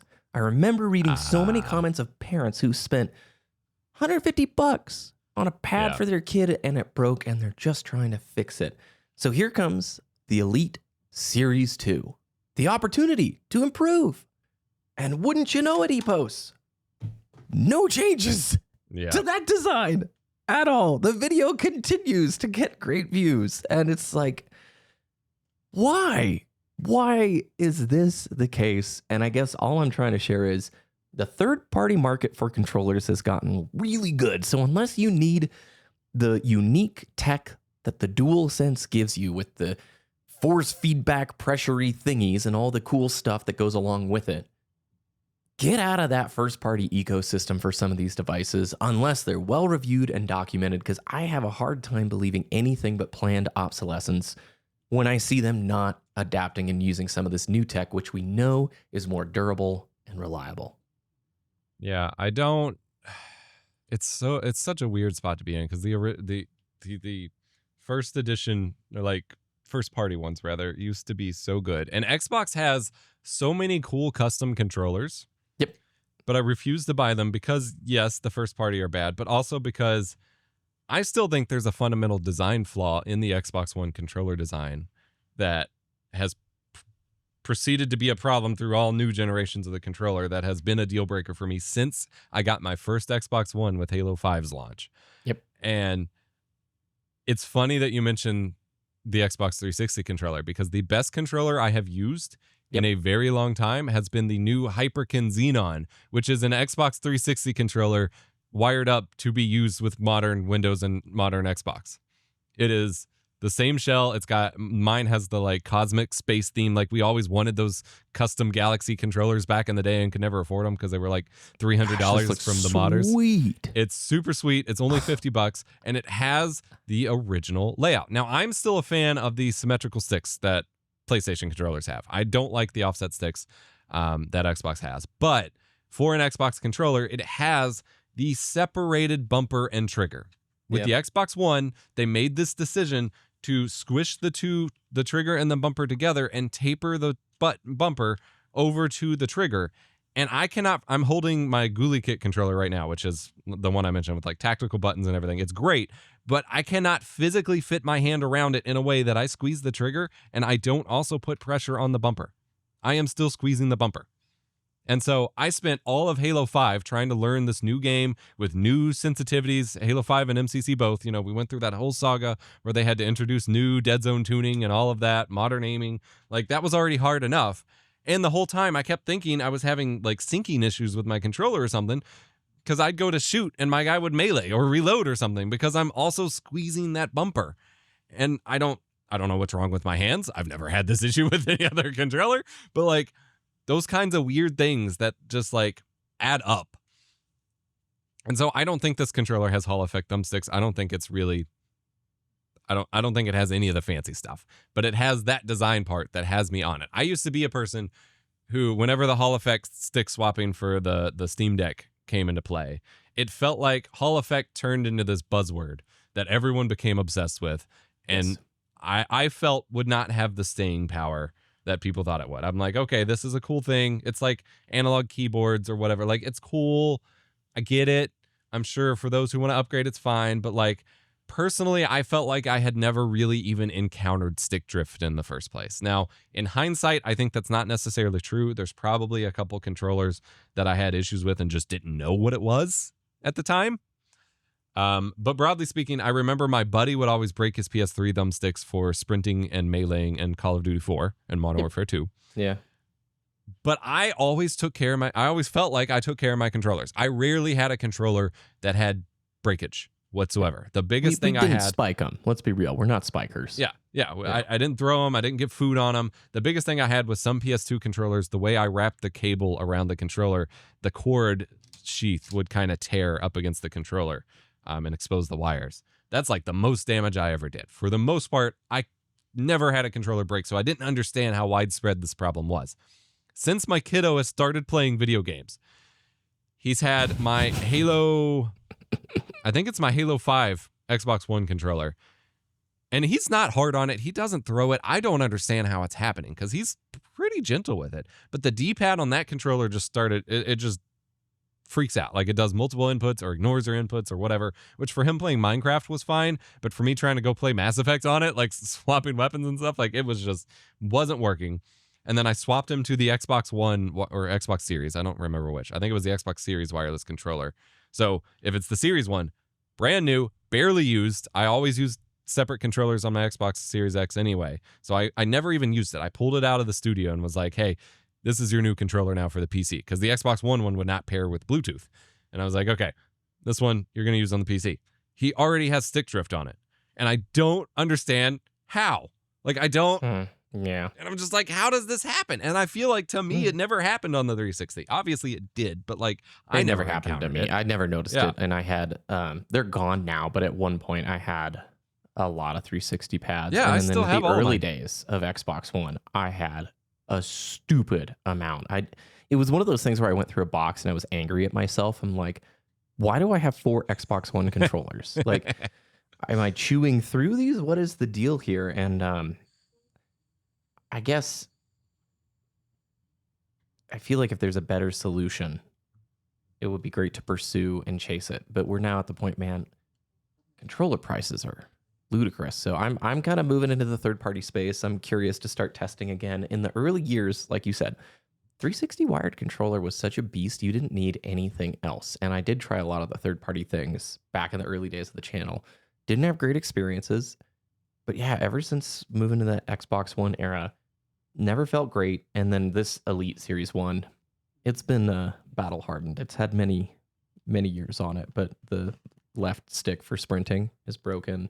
Yeah. It has drift on both sticks, like major drift. I was a little bummed, the DualSense that I got in December for the PS5, it got stick drift after 10 hours. Really? Yeah, it's very common apparently. Mine is still running. I still have my launch one and I got the Helldivers one, but like both of them are still fine. But it feels like it happens more, which is like that should not be the case. I've tried the tricks where you roll the stick or you get a can of compressed air and you spray to get the dust out. And it's just like, this is too expensive to be going through with all of this. So if our listeners have any thoughts about third-party controllers or if they've had experiences, I would love to hear it. It's just one of those things where I am surprised Switch 2 got its bump in price. You would think after the lawsuits they would have made a shift, but yeah, well, in enough time, we're going to start hearing about our Joy-Con breakage happening again, Yeah, I went to the birthday party for my best bud's kid this past weekend, and had a bunch of family there, and from all the family and whatever, he ended up getting he's like 10, 12, I don't remember, honestly. I should know. But he got like $150 in cash plus a few gifts, which is a lot for a birthday.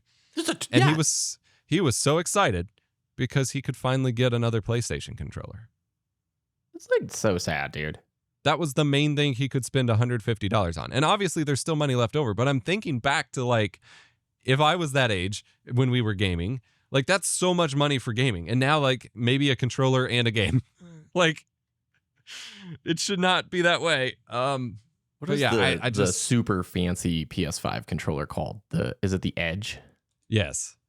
That thing's like it's a $200 controller. Yep. There's no universe where you should spend $200 on something that has like, especially if you're going after that, you're probably a competitive FPS player, right? Who wants the paddles, who wants all that stuff. You're going to destroy your sticks so fast. Don't you want a modular option? If you're going to invest $200, this should be your pad for years. We should demand and hope that they do better. And like these super expensive options just start to see less demand, you know? Yep. That's the ideal scenario. I think with Nintendo specifically, they're kind of, You'll pay it and you'll like it. Yeah, they have an advantage both because they're so big and because their audience is so heavily family and kid focused that there's less discerning in the audience there. And so that's unfortunate. But like, I mean, I've been from day one. I remember before I had a Switch trying one out at like a Target kiosk or something. And like, I cannot stand how the Joy-Cons feel in the first place. I'm like, this is the worst controller I have ever held in my entire life. I would rather dual wield Nintendo 64 controllers than use a Joy-Con. And I do not like, immediately that was a deal breaker for me. I was like, how, especially as a handheld, like you're going to be using them constantly. I'm like, why would you actively want this?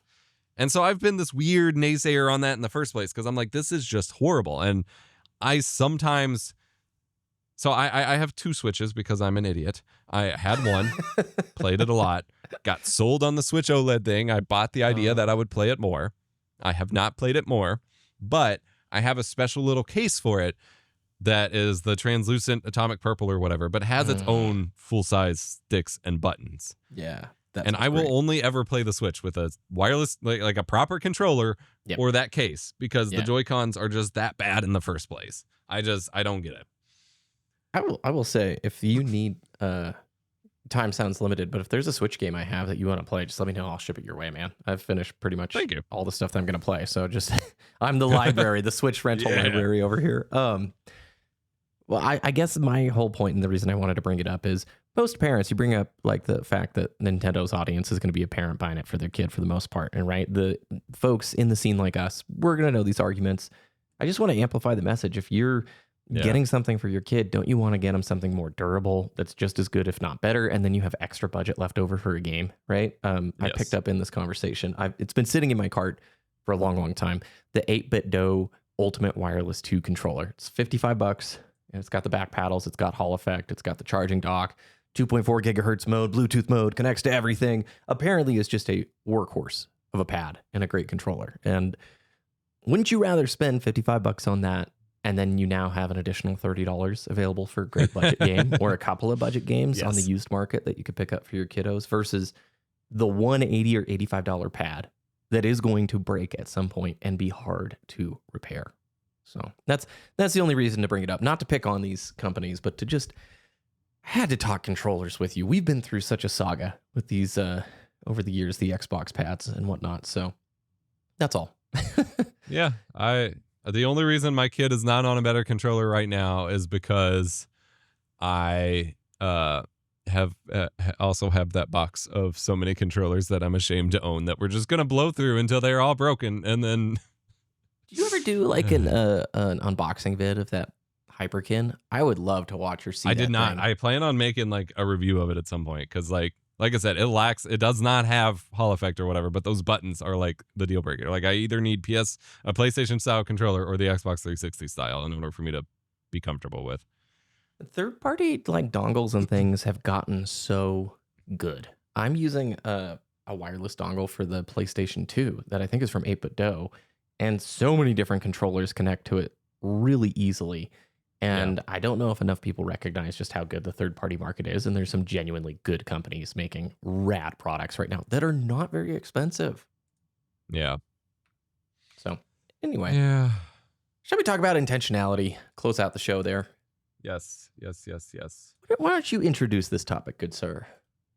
Well, you had already talked about like you're trying to take your Switch with you and replace some of the more internet focused habits. I have done a lot. We've talked about it over the course of the podcast over the past year or so to try to turn around my phone usage, to try to turn around my time spent. And I have noticed now that I'm starting to get more time back. My kiddo was in camp last week or the week before, so I had like a normal work day again as if he was in school, and spent most of the time restructuring the studio. Got some cool stuff coming in. Very excited to get my flow going. I noticed that even when I'm like, okay, today I could actually like make something creative. I could play a game. I go to do it and I just don't have that activation energy anymore. Something just doesn't feel quite like it's supposed to. And I'm realizing that the answer is twofold. The first comes from what you were talking about before. I wake up and first thing in the morning, even if I try to resist it, if I ditch shorts, or like I don't have TikTok on my phone, but like social media or whatever, I'm still scrolling like a Pinterest alternative where I'm gathering like inspiration mood board stuff for work or for art. That's kind of draining all of my creative energy without me doing any creating. And that's a problem. But I'm also realizing I just have too many options in front of me. I have too much to choose from. And it's that same backlog stress that we've talked about before. But I'm realizing the act of choosing it is so important. Yep. Everything I have structured since I've become an adult has been to kind of rebel against the limitations I had as a kid. And I think that's pretty natural. Like, you know, I spent the first year eating pizza every week or whatever, making the food I wanted, drinking as much soda as I wanted, those kinds of things when I first moved out as an adult. Yeah.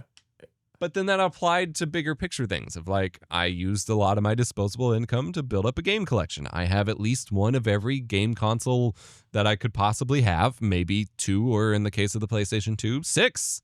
Or the Nintendo 64, a game console I barely ever want to play. I have like 4 or 5.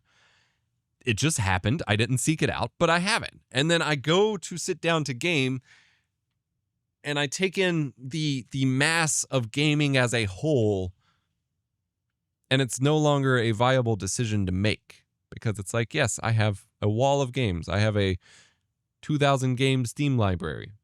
What do I game? And I think back to the trend of physical media coming back, to people who are introducing. There was this really cool project video of some guy who basically redesigned an 8-track cassette, but with NFC chips in it to allow you to choose your movies on your Plex server by putting the cassette in like a cart reader. Oh, that's cool. So you still have that physical element. And like, it is what I've been, the intangible element some of us have tried to describe about physical games, physical media for a long time. It's that ritual of choosing the thing yourself from a limited selection and it being less convenient to do so. Not having that decision be easy anymore. If you go for a walk and you only have a tape or a CD with you, you just have to pick and you have to commit, and maybe it won't be the perfect vibe the whole time, and that's okay. It'll challenge you.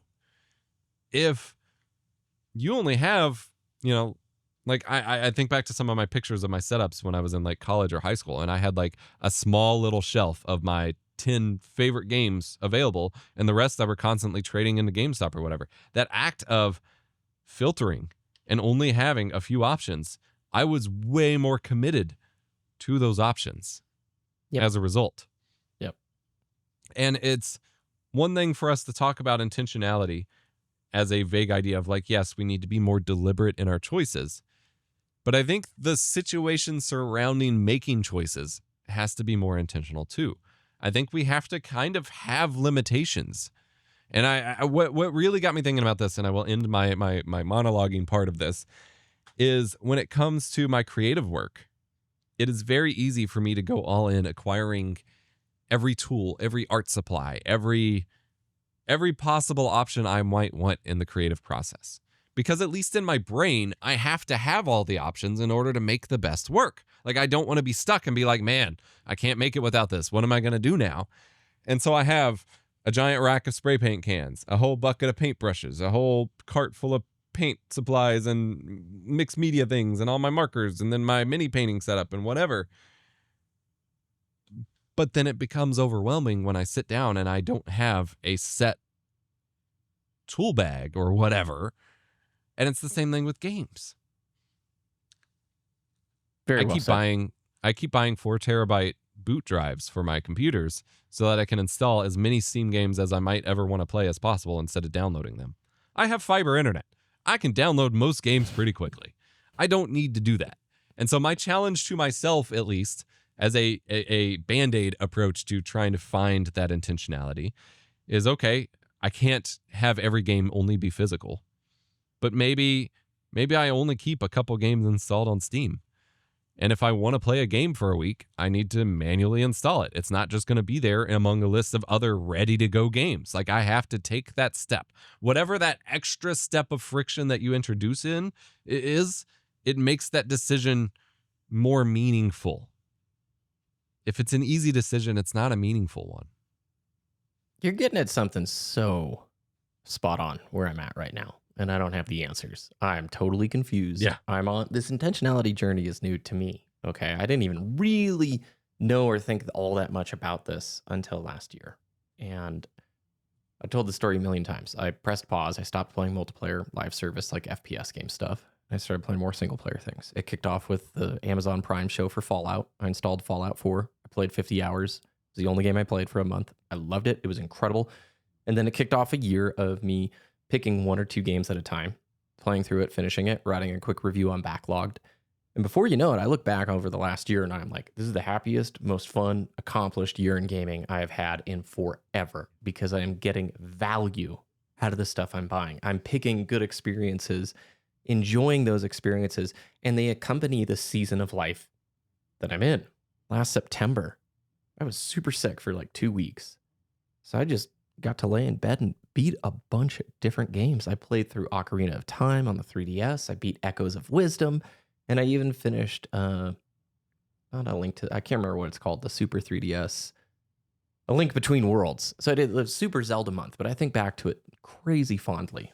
It's all going great. It's all going wonderful. And then basically April of this year hits. I fall completely out of the intentionality loop. I'm scrolling more social media. I'm not making many intentional choices with the games because I'm freaking tired. That's it. Yeah. That's the being intentional or searching for more meaningful choices and experiences is harder. And our world It's is now work. full of so many low friction, easy traps and addictions and social media stuff. Like, I'm not talking substance here. I'm saying like it's so much easier to me to pull up YouTube and just scroll the homepage and click and consume Yes. all of this content. And I love YouTube so much, but now I see the homepage and it's like the same as TikTok. It's this void, this hole that unless I really am going and seeking out stuff or going to my subscription box, it can be the exact same kind of experience that short form scrolling for 30 or 40 minutes is, right? I didn't make too many choices. I just let the algorithm lead me where I wanted to go. And sometimes we need downtime. Sometimes we need relaxing activities, but for whatever reason, maybe many reasons, I don't know. Post 2020 life feels completely different. And basically everything around us feels super hollow. Okay. And you have to work harder to find those more meaningful personal experiences. You wrote a note here. I love this note. Romance for physical media comes from the desire to have more meaningful choices. And I would add experiences to that. And I think Yes. the world is super craving and needing it. I don't know the answer.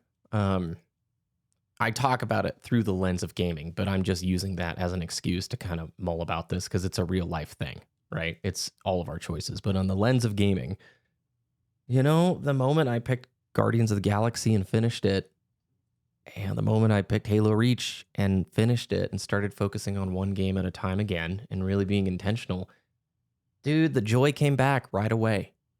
It was so much nicer to pick an experience and stick with it, even though you heard I'm playing a few other things. I'm not super focused. I'm not trying to be a robot. The message isn't, if you're super intentional, you beat tons of games, and the more games you beat, the happier you are. Yeah.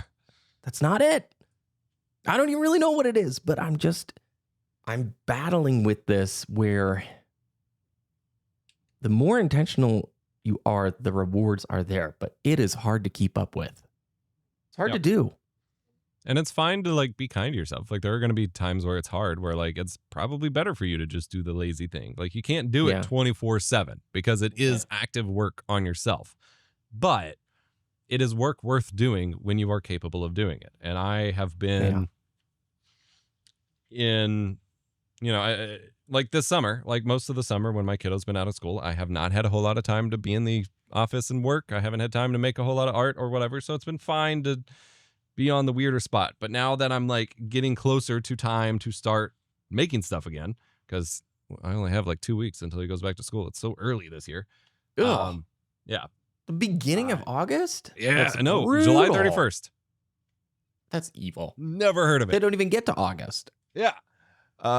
But as I'm getting there, I'm realizing that I have all these urges to start making stuff, and every video I watch about making stuff takes away that energy. I no longer have it. And it's the same thing with gaming. The more I hear discourse about a game, like the more I hear people talk about Clair Obscur, the less I feel like I have the activation energy to go play it myself. And I want it to be that special experience. And so I just need to tune a lot of that out. And it's it also kind of sours like you said, everything feels kind of hollow now. It doesn't need to. I heard a recent metaphor for the internet that really resonated with me, in that the process of getting to the internet, it was a door. There was a door there. We had to go through the door to do the thing. Yep. And at some point in our lives, be it when we got, broadband or fiber or whatever fancy internet, or you got a smartphone, or everything shifted societally, we reached a point where that door disappeared and we didn't realize we missed it. Like we didn't really realize it. The door disappeared and then we just kind of were there. We just we're always had access to it. Yep. And that really changed what we did. Like we are going to start trying to model for our kiddo that the internet is something it is still a place. It is something we go to for a purpose and then we leave. We don't just stay on there because that's noise that keeps you going. And like there are so many videos that he watches. That's the word. Yes. There are so many videos he watches of Minecraft stuff, and we're trying super hard to filter this and to like be good parents, but also not just punish him for things he can't control. But like so many of these Minecraft YouTubers, and I'm not going to name a single one because it applies to every genre, everything we've ever talked about.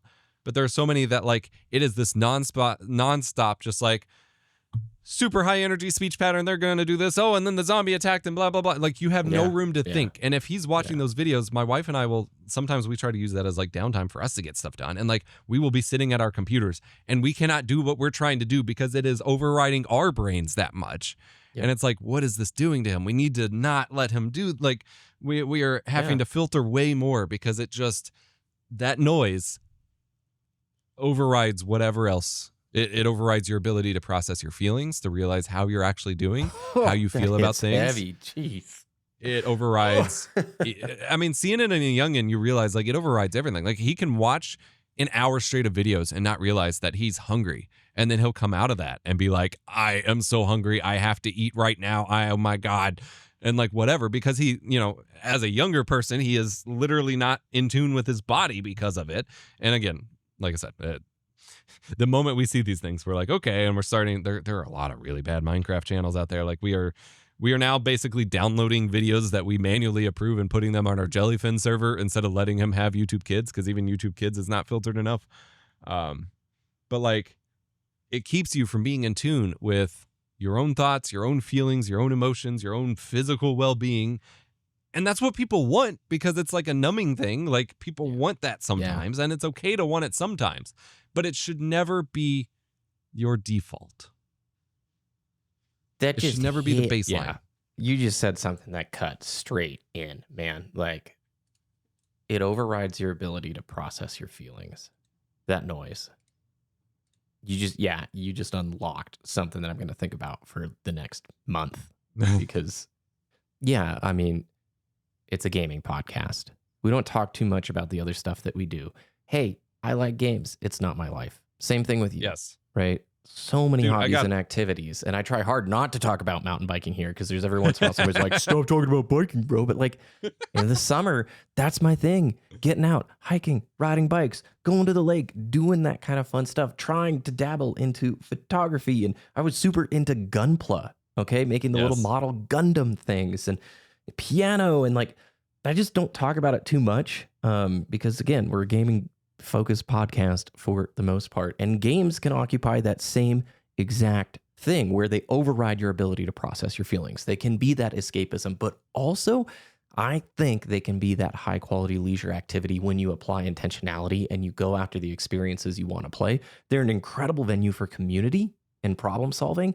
Like so many skills that I have in life came from problem solving and playing games with others and with friends. And so it just depends on how you utilize it. But my gosh, yes, the noise of all the distractions of the content and the algorithmic world around us, it is overpowering your ability to think and have peace. And I think, gosh, that hits so hard, dude. That hits so hard. I got two things.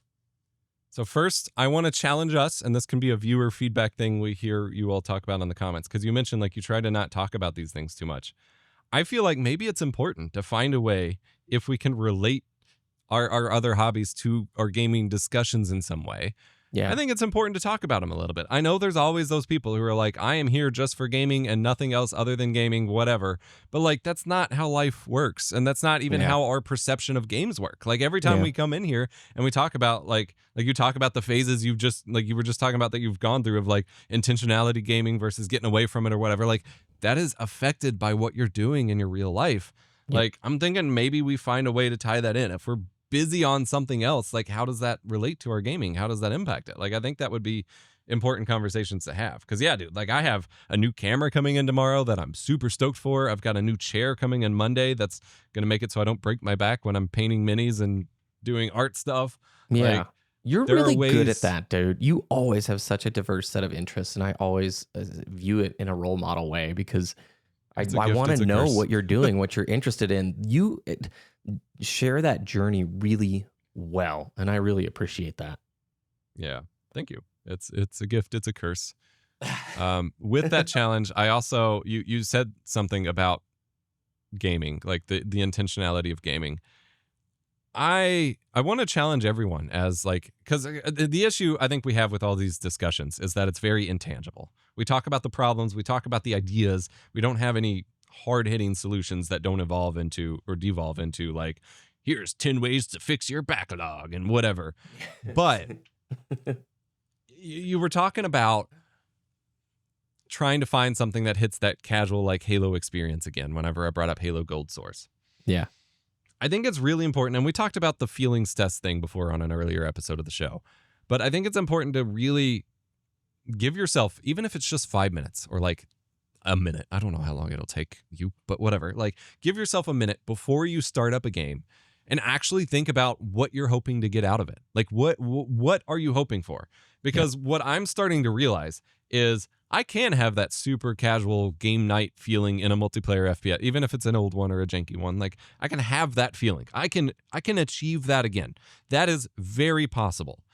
But it has to be under the situation of I am getting friends together and we are doing this thing with that in mind in order for it to happen. It's not going to happen when I have an hour after I get done with work and I want to get a game in and I'm like, all right, I'm going to load up a shooter. Like that feeling is never going to happen in that moment, even if I convince myself that there is a chance that it will.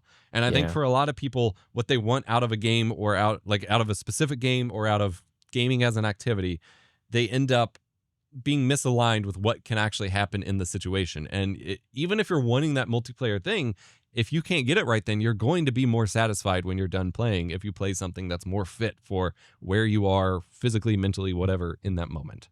Yeah. I wrote down 3 notes. A lot of this stems from the fact that I wish I had more time. And so I put an insane amount of pressure on free time now because it's just like non-existent. Yeah. It's up early. It's long days at work. You get the chores done. And that's part of it. I think that definitely gives some perspective on a lot of my thoughts with intentionality. I'm also really tired of buying stuff and not getting the value out of it that I really want to, and I know I should. And I've caught myself a lot. There are 2 games in the last year, over a year actually, that I bought on release, new games. First was Shadow of the Erd Tree, when that came out last June, and then Echoes of Wisdom, which came out last September. Everything else was a Steam sale or used market or on a discount. And that has made me exceptionally happy. There wasn't many periods of time where I was like there day one for a lot of games, but I share that in the sense of I don't feel the same kind of pressure about like the games I just picked up on Steam. Like eventually I'll beat the Tomb Raider stuff, but it was $5. Who cares? If I bought a $60 game and it's just sitting there in the library, yes, for years, like what am I doing? Yes. What am I doing? No, that's not I intentional. 100% feel that. You know, I with that $300 used PC that is now like the TV PC. I've got a bunch of old DVDs, especially from the mountain bike years, and I think I've talked about this before. So I've been loading up the DVDs on Jellyfin and putting them on this system. And I know you've been down this pathway longer than me, but I was at Walmart of all places, and they had the complete Office, like the whole series on DVD for $30. It's like 37 discs, okay? And I love that show.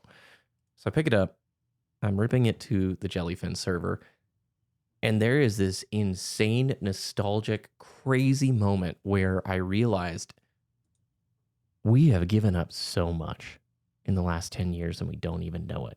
There's such a crazy amount of joy knowing that I now own this show forever and can play it on any device I want here with Jellyfin and some of this cool tech, right?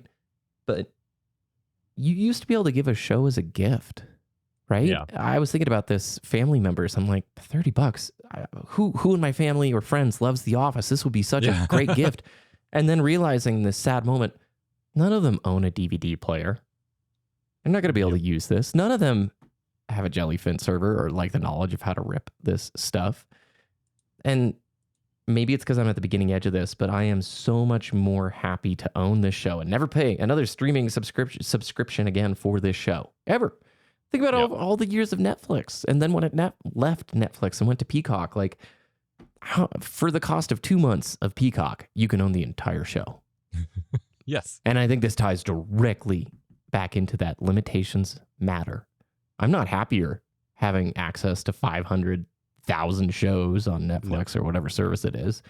That doesn't make me nearly as happy as the fact that now for the rest of my life, I own The Office. And in a very indirect way, the people who created the show got paid. They made a product. It has DVD commentary and bloopers and all of these things, just like games used to try and earn our sales, right? Maybe you can talk to it a little bit more, but it is a experience I'm still kind of processing and crazy stoked on. Yeah, I mean, there's a lot to be said for access and binge watching culture. Like, it has enabled some things, but ultimately, once you get past like the first few shows where like, this is amazing, I can watch anything, you realize like it is objectively harder to then decide what to watch. We have situations like Netflix really struggles to still fund shows after 2 seasons unless they bought them from another network, because people struggle to stick with them when there's so many options in front of them. Like you said, for the cost of like 1 monthly subscription of, or like 2 months worth of 1 monthly subscription of one of those services, you can get the full show. You can get a movie. You're going to be way happier picking out a movie to watch and then watching it and building up your collection that way, or a show or whatever, than finding whatever algorithmic generated junk that Netflix has decided you want to watch featuring The Rock and freaking what's his name, Deadpool guy, Ryan Reynolds, whatever. Like, you're going to be much happier picking something that is actually exciting to you and watching it and making that choice than selecting from a stream of whatever. I got the first season of Ghosts for $10 at the same store, and Ghost is awesome, by the way. If you've not seen that, that's super fun. But just knowing like, oh wait, I don't ever have to subscribe to Paramount Plus again. If I finish out the other seasons, it's literally a month or two of this stuff. And it's got me thinking about Battlestar Galactica.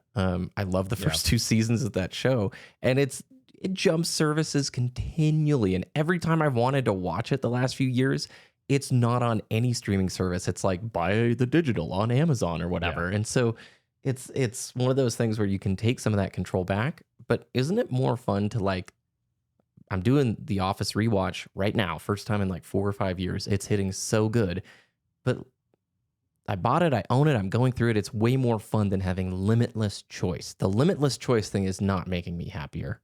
Yes. No, that's how I feel about just about everything. Music, movies, TV shows.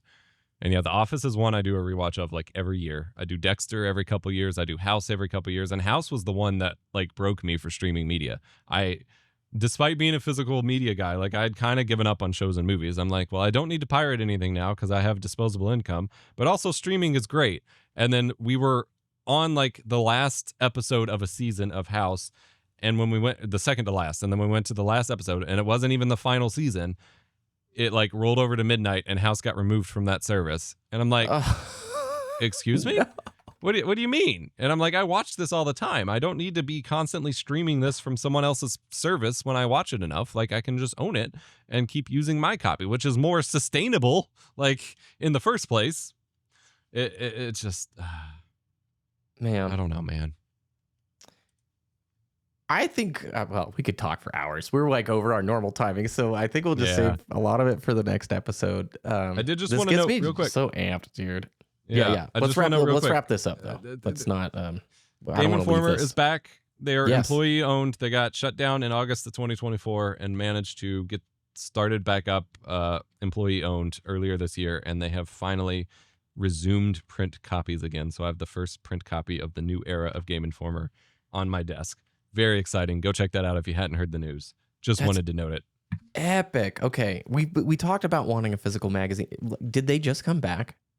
Yes. Like they've been producing work for a few months, but not physically yet. Like they've still been, starting up. It takes a lot to start that back up as like a self-run business. So it's taken a little while, but this is the first print one that they've gotten out. That's awesome. And by the way, I didn't mean to like totally move on from the intentionality thing. I wasn't trying to be like, all right, let's wrap the show right there. No. I just wanted to throw it in there because it's very good news if you missed it. It's like $50 or $60 for the year, right? Yeah. That's a great price for a physical magazine. You think about it, going to the store and they're all like $12 now, or what's worse, have you seen what they do at like most of the stores like Target? The magazine section will be like these evergreen, the Pokemon magazine that's like $30, and it's not really a timely magazine. It's like, we made this 6 years ago and we're going to sell it for 6 more years. So, dude, my wife picked me, I know we're ending, but my wife picked me up an All Recipes magazine, which I had no idea they did a physical magazine in the first place, but just an All Recipes magazine from the store because there was a couple copycat recipes that they thought I would like. And I'm like, well, first of all, I didn't know there was a physical mag in the first place. Second of all, it's like $10 or something for a yearly subscription. And I'm like, dude, recipe sites are horrible because they're flooded with ads and, they're like impossible to read. I would happily pay especially that much to have like a physical recipe thing that I can just page flag and like have in my possession instead of dealing with like reading a recipe on your phone is a nightmare with all the ads and all the other stuff. Like, so there are things out there. You have to seek them out. It has to be not the easy option if it's going to be good. Like that is the ultimate lesson of that. Recipe sites are the complete manifestation of everything wrong with SEO. And it's going like LLMs are going to kill that section of the internet. And it'll be just like the way, affiliate marketing had its day in the sun, and it still will exist. But my gosh, it just when I had to be taught, when you look up a recipe, like a family member was like, no, just scroll. Because I would look up the recipe for them. They'd be like, no, the recipe's at the bottom. And you would just SEO trash. Every like AI paragraph you could imagine. It's like onions are things that are grown in a garden. Gardens are things, and you're just. And some of them have started adding like jump to recipe buttons, but for some reason on mobile for me, a lot of them don't work. So they'll keep moving the site up instead of jumping down. Like every time I press it, it progressively moves further up back to the top of the page. And I'm like, what's happening? We need a new internet, Epos. Yes, it's time for the new internet to happen. Yeah. Okay, cool. So fun. I love this show so much. And if anybody made it to the end, we super appreciate Yes, you. We thank want you. you to know thanks for letting us create this, and any topic ideas that you want to hear about or questions or whatever, let us know in the comments. It is a huge privilege to get to be a part of this community, to get to make this weird out there podcast and get to talk about things that like nobody else epos I can share these things with who can like understand it or like elaborate on it. So I appreciate it. Thank you for the time. Where you. can people find your work and support you? Epos Fox on most platforms and YouTube. Lost saves, ironically, given today's contents. On YouTube for gaming content. Because you lost a save. Yeah, I lost multiple saves now. So, yay! Just staying on brand. No. You can find the Dualcom podcast on all of the podcasty apps, so Apple and Spotify and all those things. And I think that's it. I don't think there's anything else to plug other than thanks for listening. I hope everybody's having a great summer. I didn't look at free games or anything, but go check Epic and Amazon Prime and all the places that free games happen. If there's anything cool, I'll pin that comment. So thanks so much. Have a great rest of your day, and we'll see you again very soon. Bye.